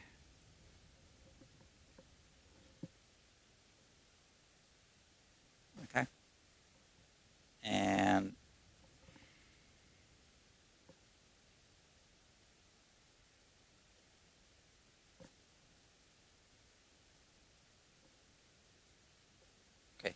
like that. I need to make some kind of jig, something that's going to hold guitars like this when I do this job. So let's work on the side of the nut. I got two files here.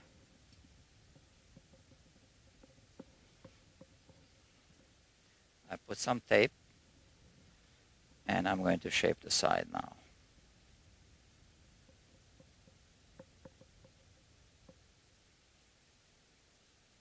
once I'm done with this, I'll be almost done with the guitar. And I'm kind of almost done now.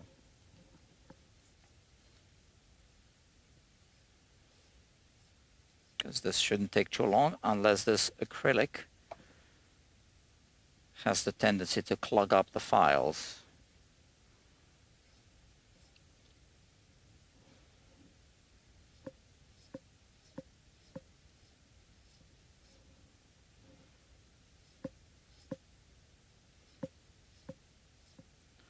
So since you're new here, also, these live streams, right? They're educational. And I also then document everything that is done to certain guitars, especially with the vintage guitars. So if you, let's say you have your guitar serviced here, one day you want to sell it or whatever, and you can share the link to the archived live streams of all the work that I did on this workbench. So sometimes I have cheap guitars, sometimes I have valuable guitars, just like any other shop. I'll work on cheap guitars. Now on those, I'll collect payment in advance. And that's because if people change their minds, they don't want to pick up the guitars, well, I already collected the payments.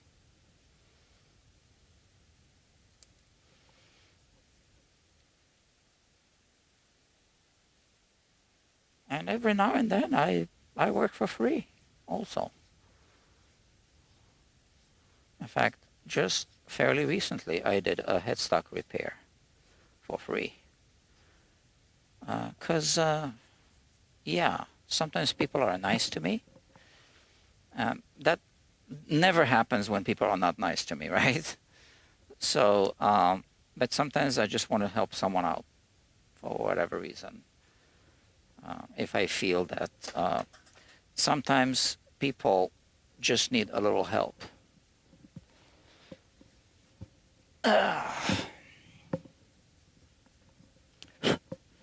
So I can't work for free often, but it does happen.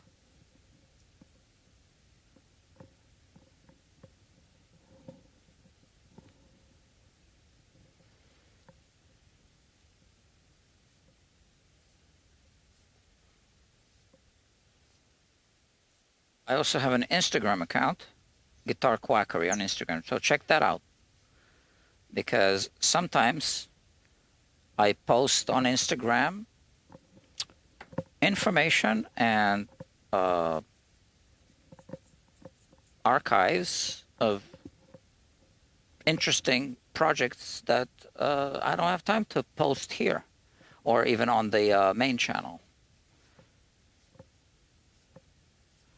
So Guitar Quackery is in New York City. I call it the smallest guitar repair shop in New York City, which is exactly what this is. It's just what you see here, plus the storage room, which I call the vault, where customers' guitars are stored, right? And you see the space is big, right, behind me there, but that's not my space. That's a music studio called Music Makers NY. I just rent the space that you see here from them.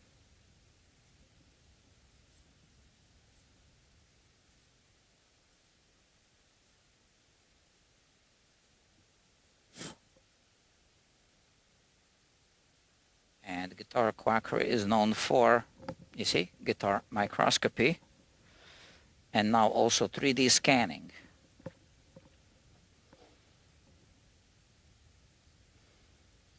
Which I don't think anyone else does.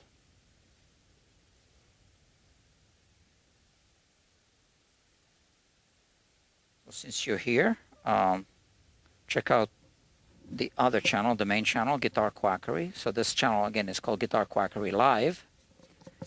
The main channel is called Guitar Quackery. And check the Instagram, Guitar Quackery. Oh, there's something green there on the screen. Hold on. Oh, Cyrus sent $5. Oh, thank you very much. I appreciate doing, I guess you doing, Luthier Work Live. Wish I had this in 2008 when I was young. Well, thank you very much for the super thanks. Oh, look, I can click the heart here. Yeah, there you go. Thank you, Cyro. Though I'd prefer to take my guitar to you if I needed help. I live in Los Angeles, though. Yeah, I don't work with shipping. I like working on my own stuff, though. I understand. Definitely unique. I love YouTube, and thankful that you made a decision to do these things live. Thank you, Doctor. Thank you, Dr. Cyro. Have you tried using pencil shavings? You mean to lubricate? Yeah. Lubricating, why? Yeah, lubricating. Let's talk about this while I continue the work. So, when you tune a guitar,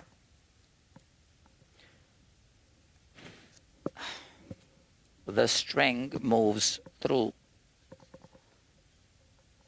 the nut.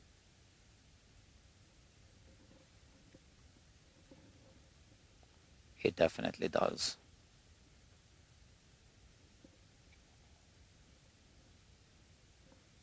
And also, when you bend the string, it moves through the nut. So you want it to reset to the same position after you're done bending, for example, right? Or when you're done tuning, you want to end up with the same tension behind the nut or in front of the nut. If the tension is not equal, as soon as you vibrate the string, it equalizes and it goes out of tune. So you want to lubricate the nut, or somehow have a self-lubricating nut or whatever, like a graphite nut is self-lubricating, to minimize friction, so that the guitar has less of a tendency to go out of tune.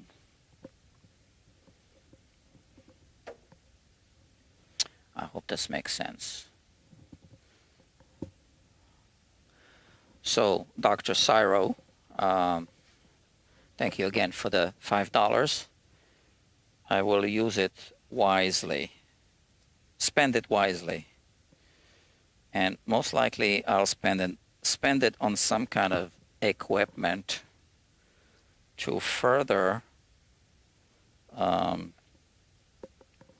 build up this live streaming business. Because I also call this place I used to call it a guitar repair shop with a YouTube studio, but I changed that into a YouTube studio with a guitar repair shop. So now, the reason why I don't do shipping is, well, there are a few reasons. First, shipping is really expensive these days. No one cares anymore about how they handle packages. They just throw them left and right. Most of it goes through conveyor belts. A 6-foot drop is standard, okay?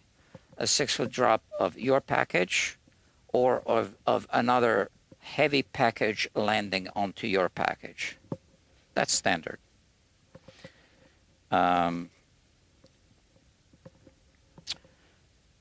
Also, I don't like the way packages are being handled by delivery people.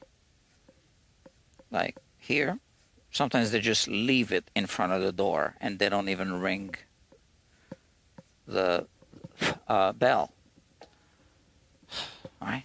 That's that started in COVID, during the COVID pandemic lockdown. For whatever reason, no contact, right? But at least ring the bell. No, they don't do that. They just leave a package in front of the door.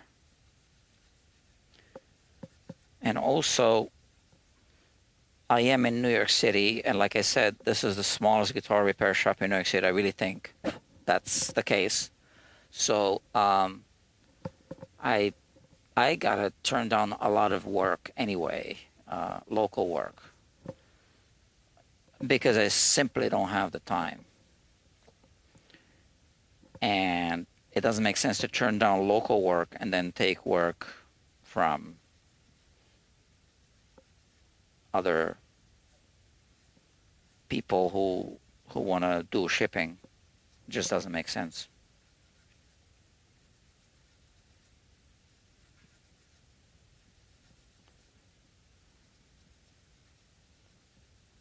Which reminds me, I got a reply to a text message that someone sent yesterday.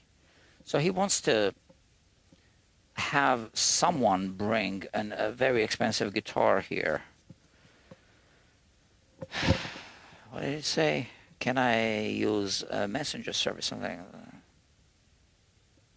Neither has the original bridge. Okay, so the owner, this guy's I'm watching 9. Yes, I have 2 of these. Yes, so it's got 2 of these guitars. Neither has the original bridge. The original bridge is wood with metal on top. Okay, thank you, doctor, for letting us know. But yeah, let me read this message again. Would it be okay to send the guitar down your way via messenger service during your hours of operation? I need to reply to this. This was yesterday. So, yeah, I need to reply to this. It's unprofessional that I haven't replied yet.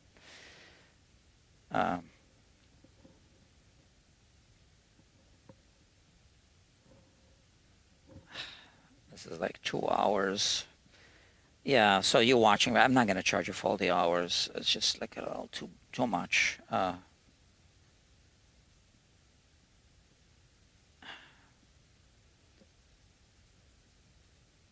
I just need the work to be done properly.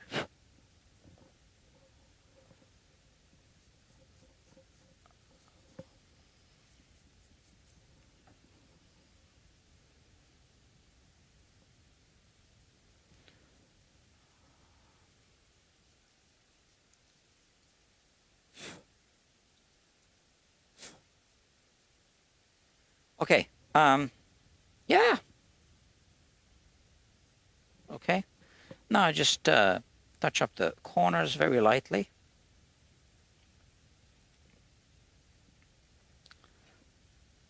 So wood and metal. I'm gonna have to look that up online. I mean, I want to see some pictures.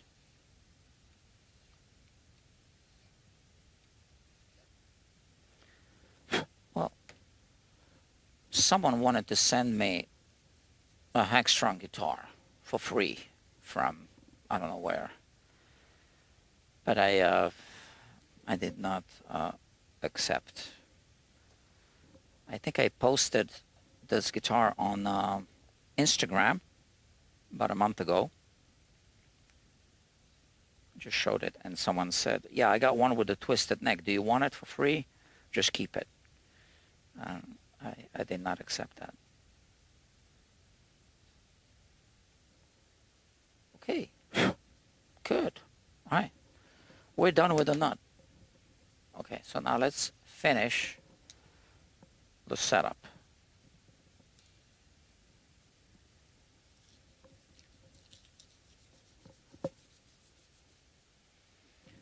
Yeah, I'll just meet you halfway on these extra hours that are over budget, okay? Just so I don't feel like I need to rush through and that you are taken care of, okay?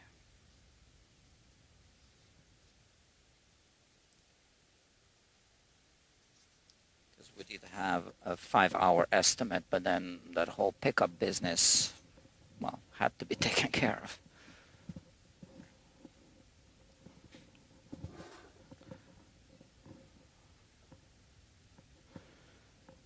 All right, so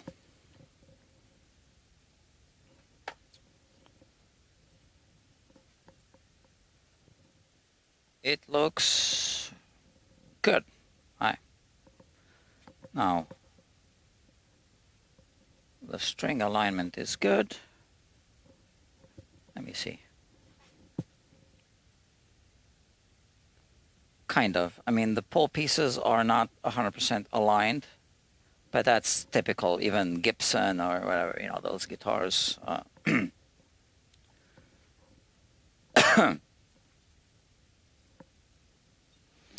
Okay. Let's continue.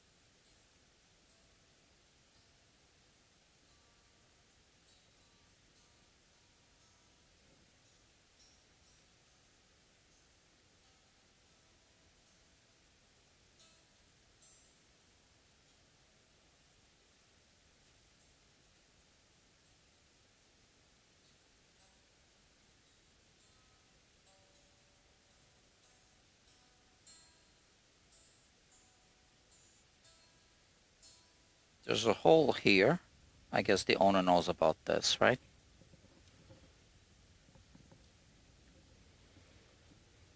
And I don't think we said that I would remove these stickers, right? You can text me. I don't remember that being mentioned at all. Although this one is in a different position. I guess over the years with the sweat, I don't know, it moved. Yeah, because there are no side dots. Yeah, okay.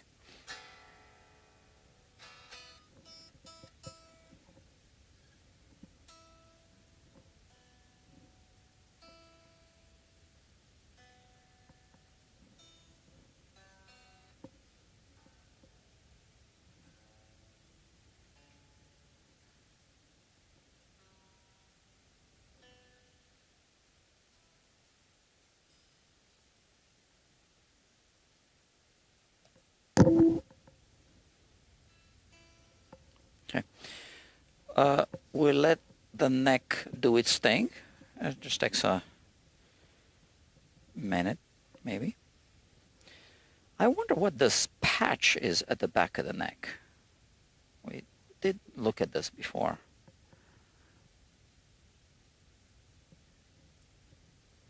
That's weird. Okay. And now I want to use this neck rest. Okay.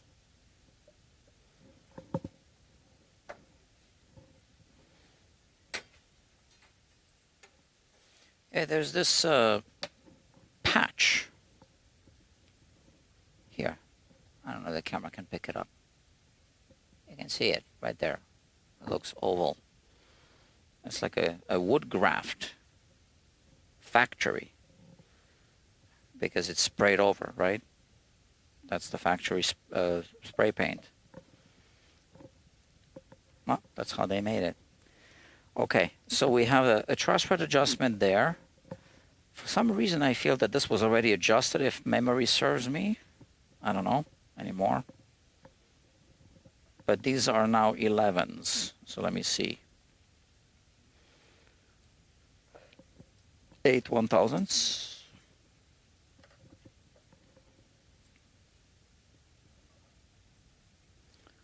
11 1000s. Even 12. Okay, so we have a differential relief, more relief here than here. It would be good to crank it up a little bit, right? What did we say the That's gonna be 3 millimeters.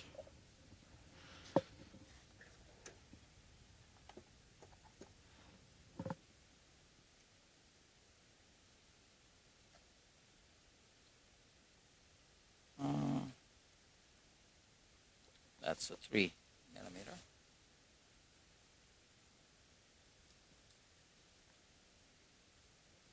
Okay. So we want to lower this pickup a little bit so we don't scratch it.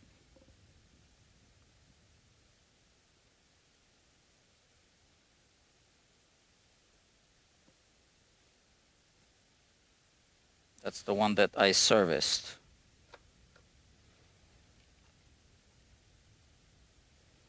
So this guitar already appeared on the Guitar Quackery Instagram. Is it called channel? I don't know what it's called on Instagram, right? And today I just made another recording, and most of you missed the beginning of this. So I brought it in a body bag. Yeah, because it's Halloween. I said, we're doing a guitar autopsy. So, well, it's not Halloween anymore, but it is the Day of the Dead today, November 1st. So, yeah, man. So, and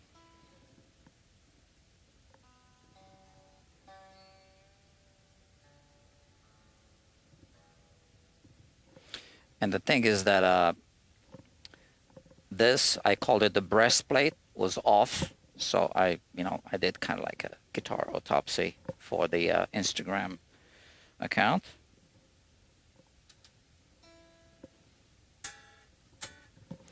So let me check where the action is. Of course, I got to recheck the relief, but I just want to see roughly where we're at. So it's a little high, which might be pulling the neck a little more than it will when I adjust the height. Okay, so this is 11, doesn't go through anymore.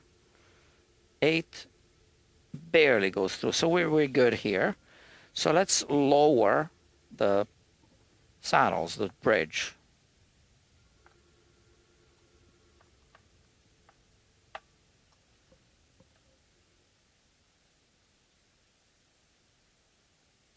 $60. I lowered it a little too much here. I'm gonna put it back to, well, I'm gonna raise it back up a little bit to hit 70.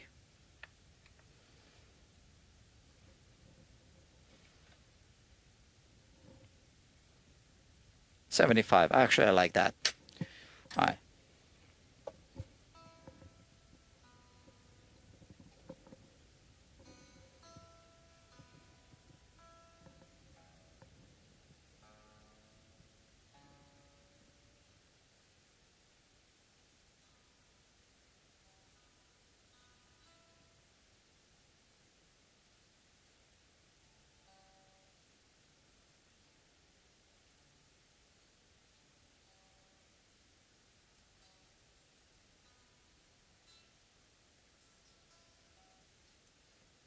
I'm also listening for clarity,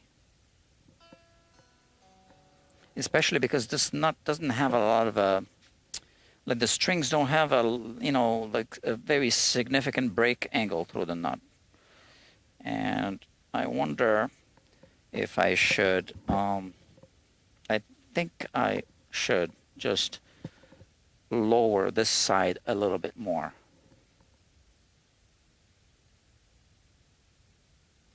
Just to give it a little more of a break angle here on the treble side. Of course, this raises the pitch a little bit.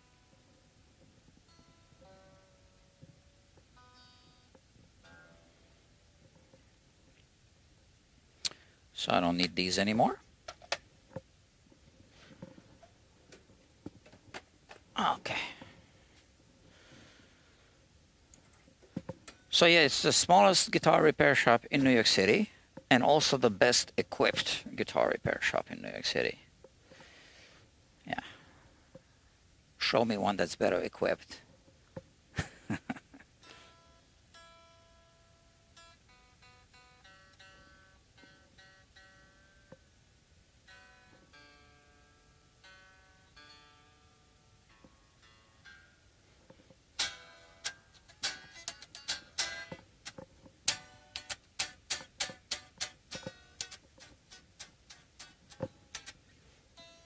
Okay. Now we are going to, oh yeah, let me double check the action.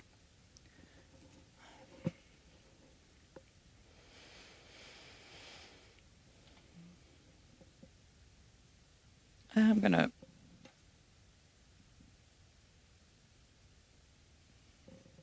yeah, I gotta lower it a little bit. So did the neck bend in the meantime? What happened?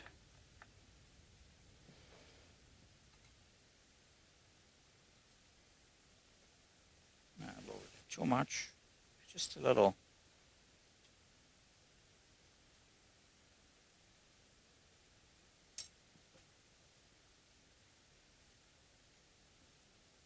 I'm gonna double check this neck relief.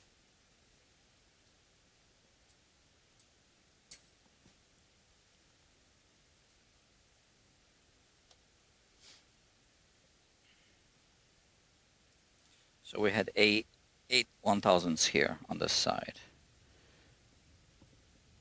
Actually, 8 doesn't even want to go through anymore. 6 does go through. Barely. No, actually it goes through easily. But not 8. And what do we have on the base side? 8 obviously does not go through because we have a differential relief. 3. Okay. 3. And I did raise the base side a little bit. Now it's at 80. That's good. All right, because of the lack of relief on the base side. I'm going to leave it at that. And since we are dialing in now the intonation, or the compensation, if you want to be technically correct, yeah. You can use a strobe tuner like this. This is a Peterson strobe tuner. But we do need to use it in playing, do it in playing position. Okay, we're almost done. We're almost done.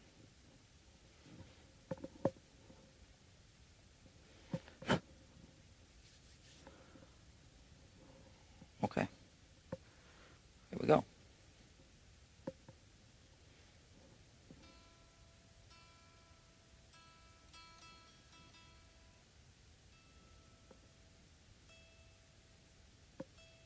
Unbelievable, it's right on. Okay, so let me try the G string now.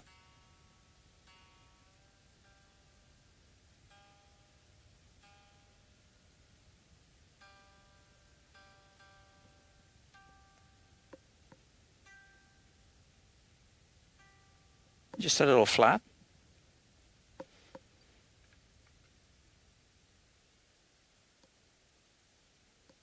So I like to do the E and then G, and then I kind of eyeball where the B should be between the two, and then I check it.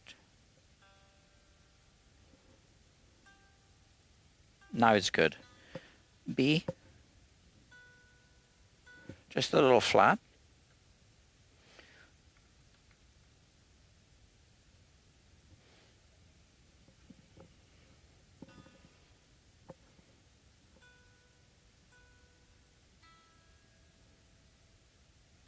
Double checking the E. Actually, no, the E is a little flat. Now that makes sense, because it wasn't making sense with that B.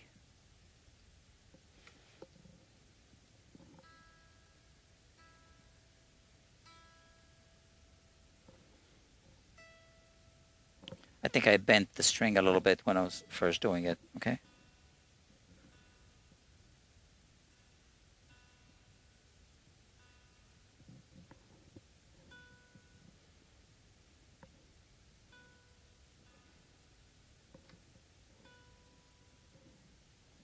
Okay, so treble side is good. Now the bass side. So I'll start with the low E.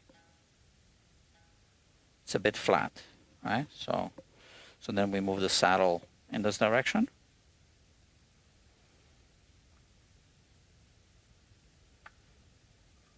It's not a very good bridge. It's got too much slack. I mean the saddle screws and all that.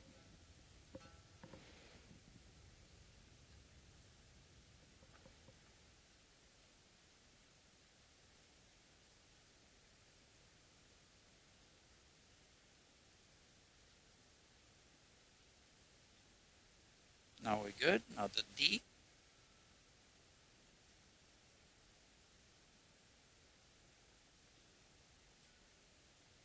Okay, the D is right on. And it looks like the A could be where it needs to be. Let's check.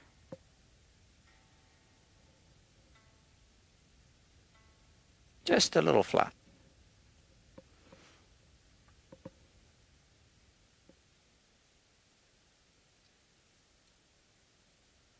Yeah, I would recommend changing the bridge, to be honest. I know it's an Epiphone bridge, but they're not all the same. Oh, good.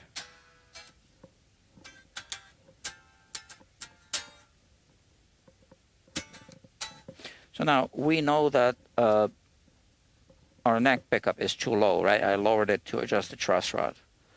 So let me raise it up a little bit first.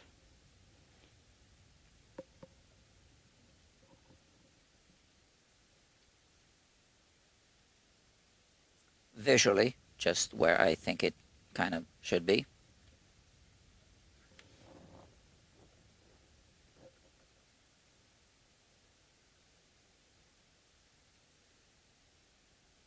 Okay. And now let's plug it in and listen.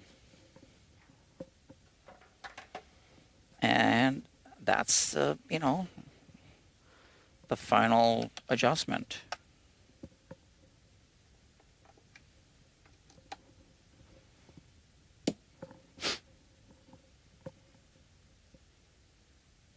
We don't need this.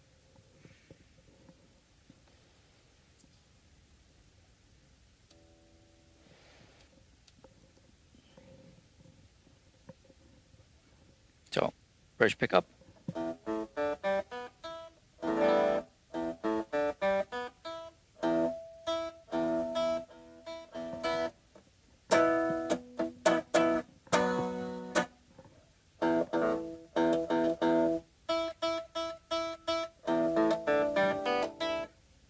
So by itself, I think it's good.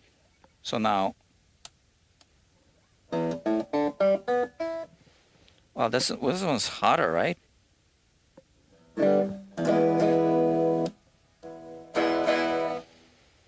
Interesting. That's the one I fixed. So let's lower it a little bit. I didn't expect that. It'll look better also if I lower it a little bit.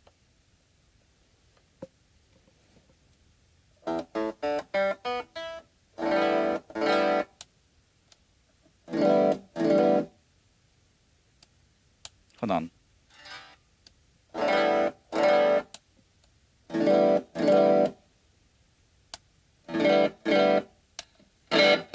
Oh, wow. Mute is down. It doesn't mute, but it's louder when it's up. I don't understand.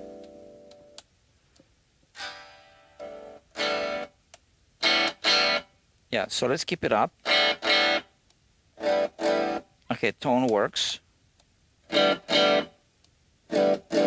Okay, it definitely does work, right?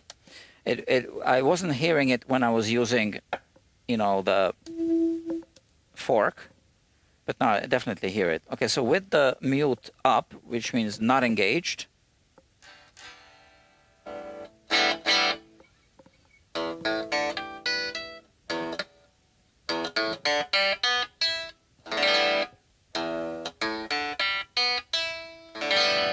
so it's quite bright on the treble side.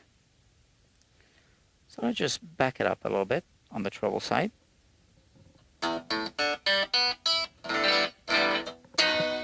I like this better, okay? And now this pickup.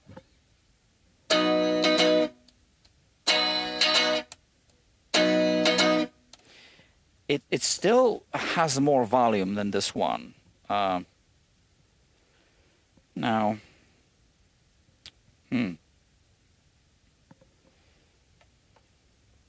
not by much, I think.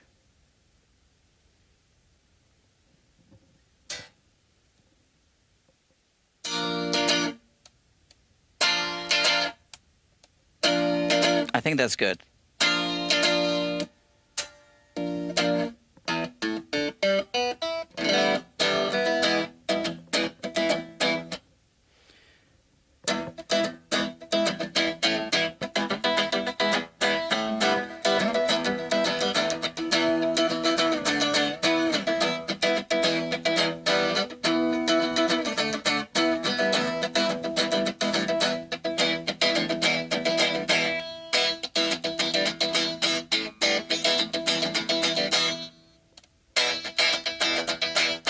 I like the sound.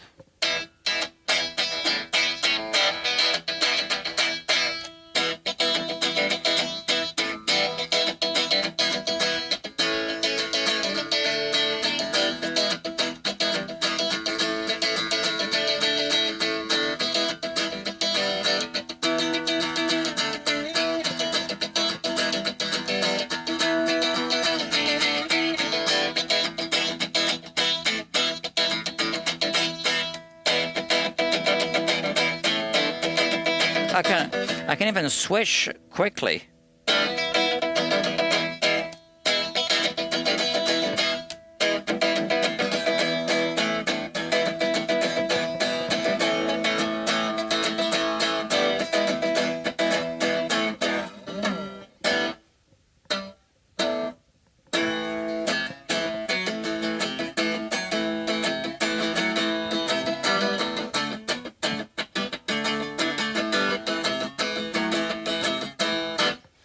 I like this guitar, okay?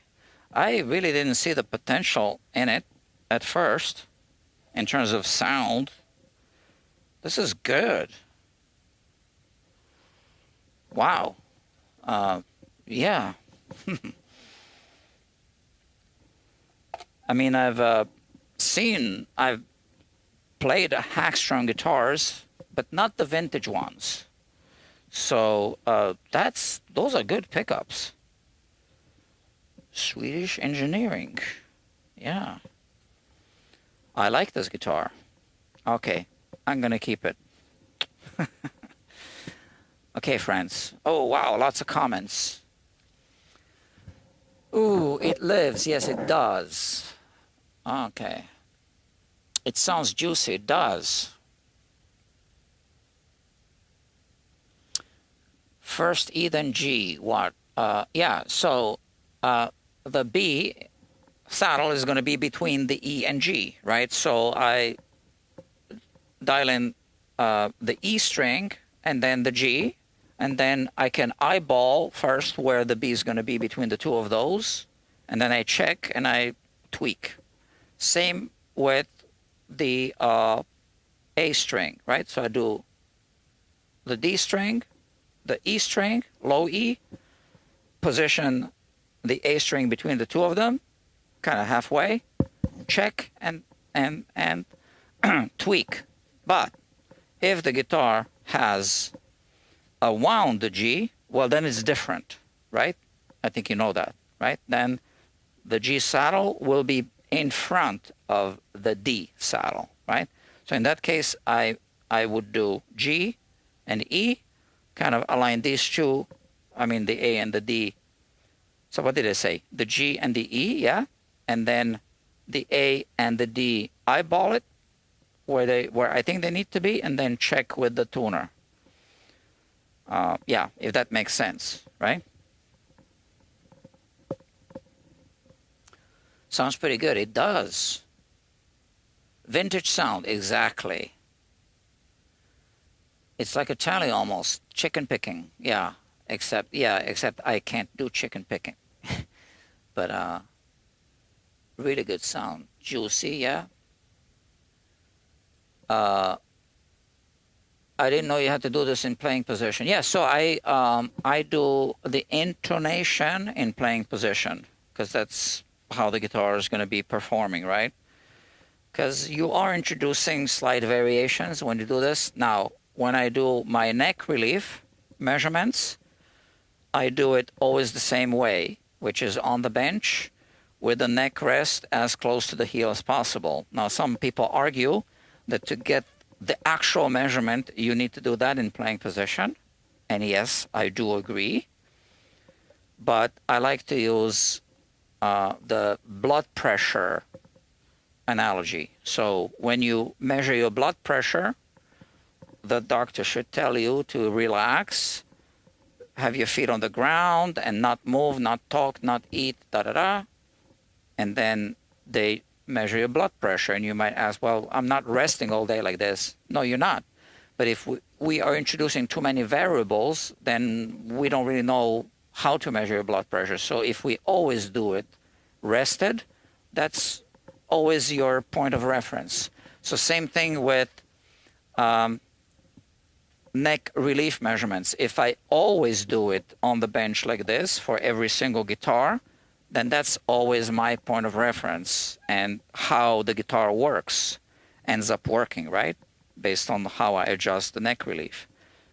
And then, yeah, it changes slightly when I put the guitar like this. By how much, I don't really lose any sleep over it.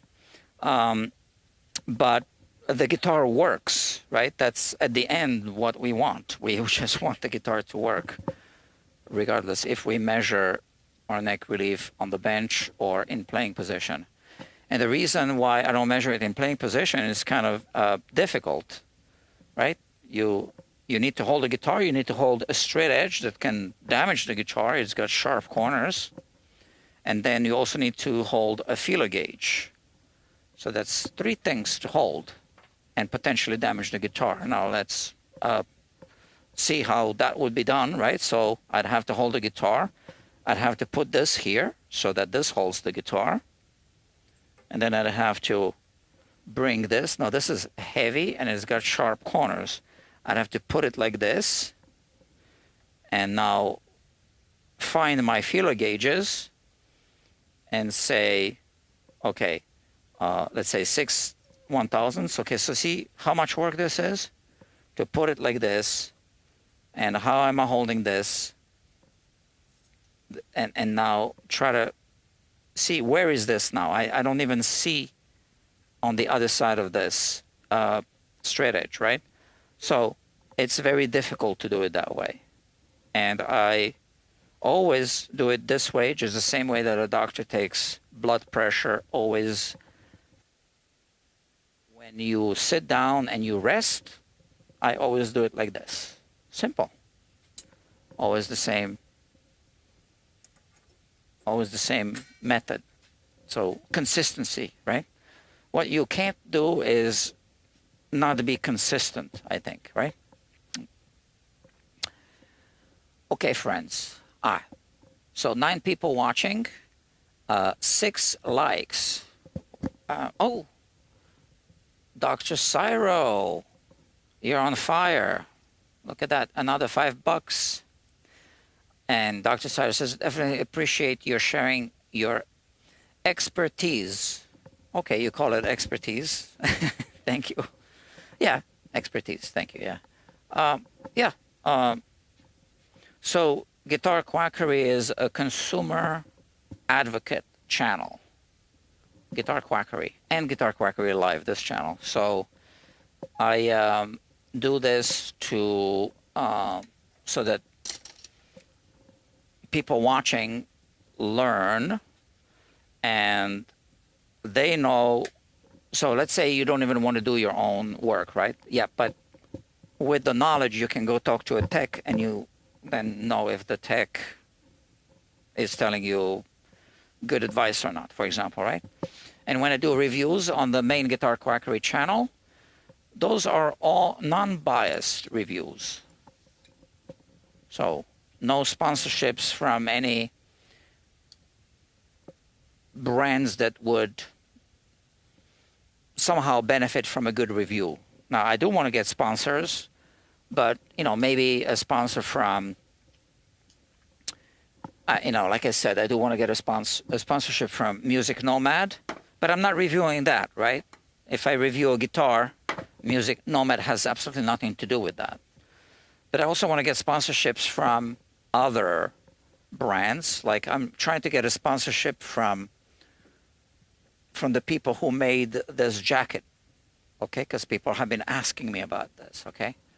And I am communicating with them now. Huh? So if they sponsor, they have nothing to do with the guitar industry, right? So, but they can still sponsor a guitar channel.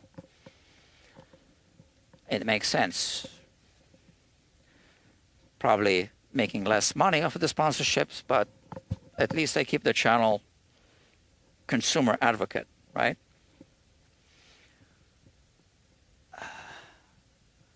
Bro, texts are fake.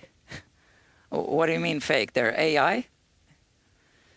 If they work at Guitar Center, Sam Ash, they just butter and hate your guitar. No, that's not true.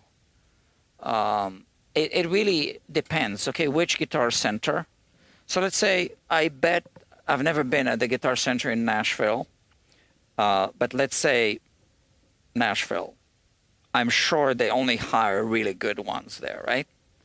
But maybe some Guitar Center in small town somewhere, well, there's only so many people available. Here in New York City, you get some good services. But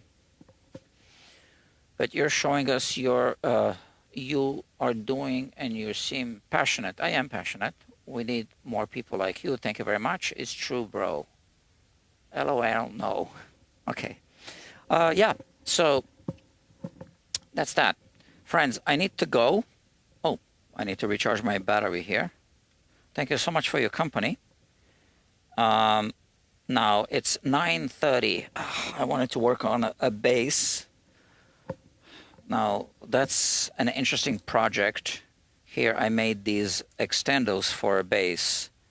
It's a Univox high flyer bass, and I needed to make these things. So that's going to be, I guess, another day. I don't want to stay too late. Honestly, I'm kind of like damaging my health, very much so. But let me just show you quickly. So these are to extend the strings. Well, not to extend the strings, to shift them, okay? Because on some basses, the way that there's a very short distance from the end of the bridge and the saddles, the wound part of the string, I mean the like the silk, goes over the saddle. So you need to extend in this direction, and this is something I came up with. And if you go to the main Guitar Quackery channel, there's a video of a bass. Now, the title of the video is Extendos for a Bass, or something like that. You can watch that. Okay, friends, so we're wrapping up. Let's work on the bass, just the start. Oh, tempting. Okay, take care of your health, though, very important, yeah? Yeah, take care of yourself, bro. Cool jacket. Like a bowling jacket, yeah. So I got to think about this. I'll think. I doubt that I will work on the bass tonight, because I got to be somewhere, actually, and I don't want to cancel. Yeah, so, all right, so you want a jacket, FS. What does FS mean? I want a jacket, FS. Do what you got to do. Yeah, I got to do it. Yeah. Okay, friends, I got to wrap it up. So thank you so much for your company. Oh, for sure, FS. All right. Yeah, I'm trying to get them to sponsor Guitar Quackery. They're thinking about it, okay? So maybe they have a low budget, you know, I don't know. I'll give them a good deal, because if they want to do that, I know that they're not like a guitar thing, right? So, Okay, friends, I gotta go. So thank you very much, and I will see you soon. Oh, and by the way, tell your friends, Dr. Cyro, tell your friends about this channel and Guitar Quackery since you're new here, and tell them how they can benefit from the information here. I appreciate it. You can just post on guitar forums also about this, okay? Just spread the word. Thank you, guys. Bye.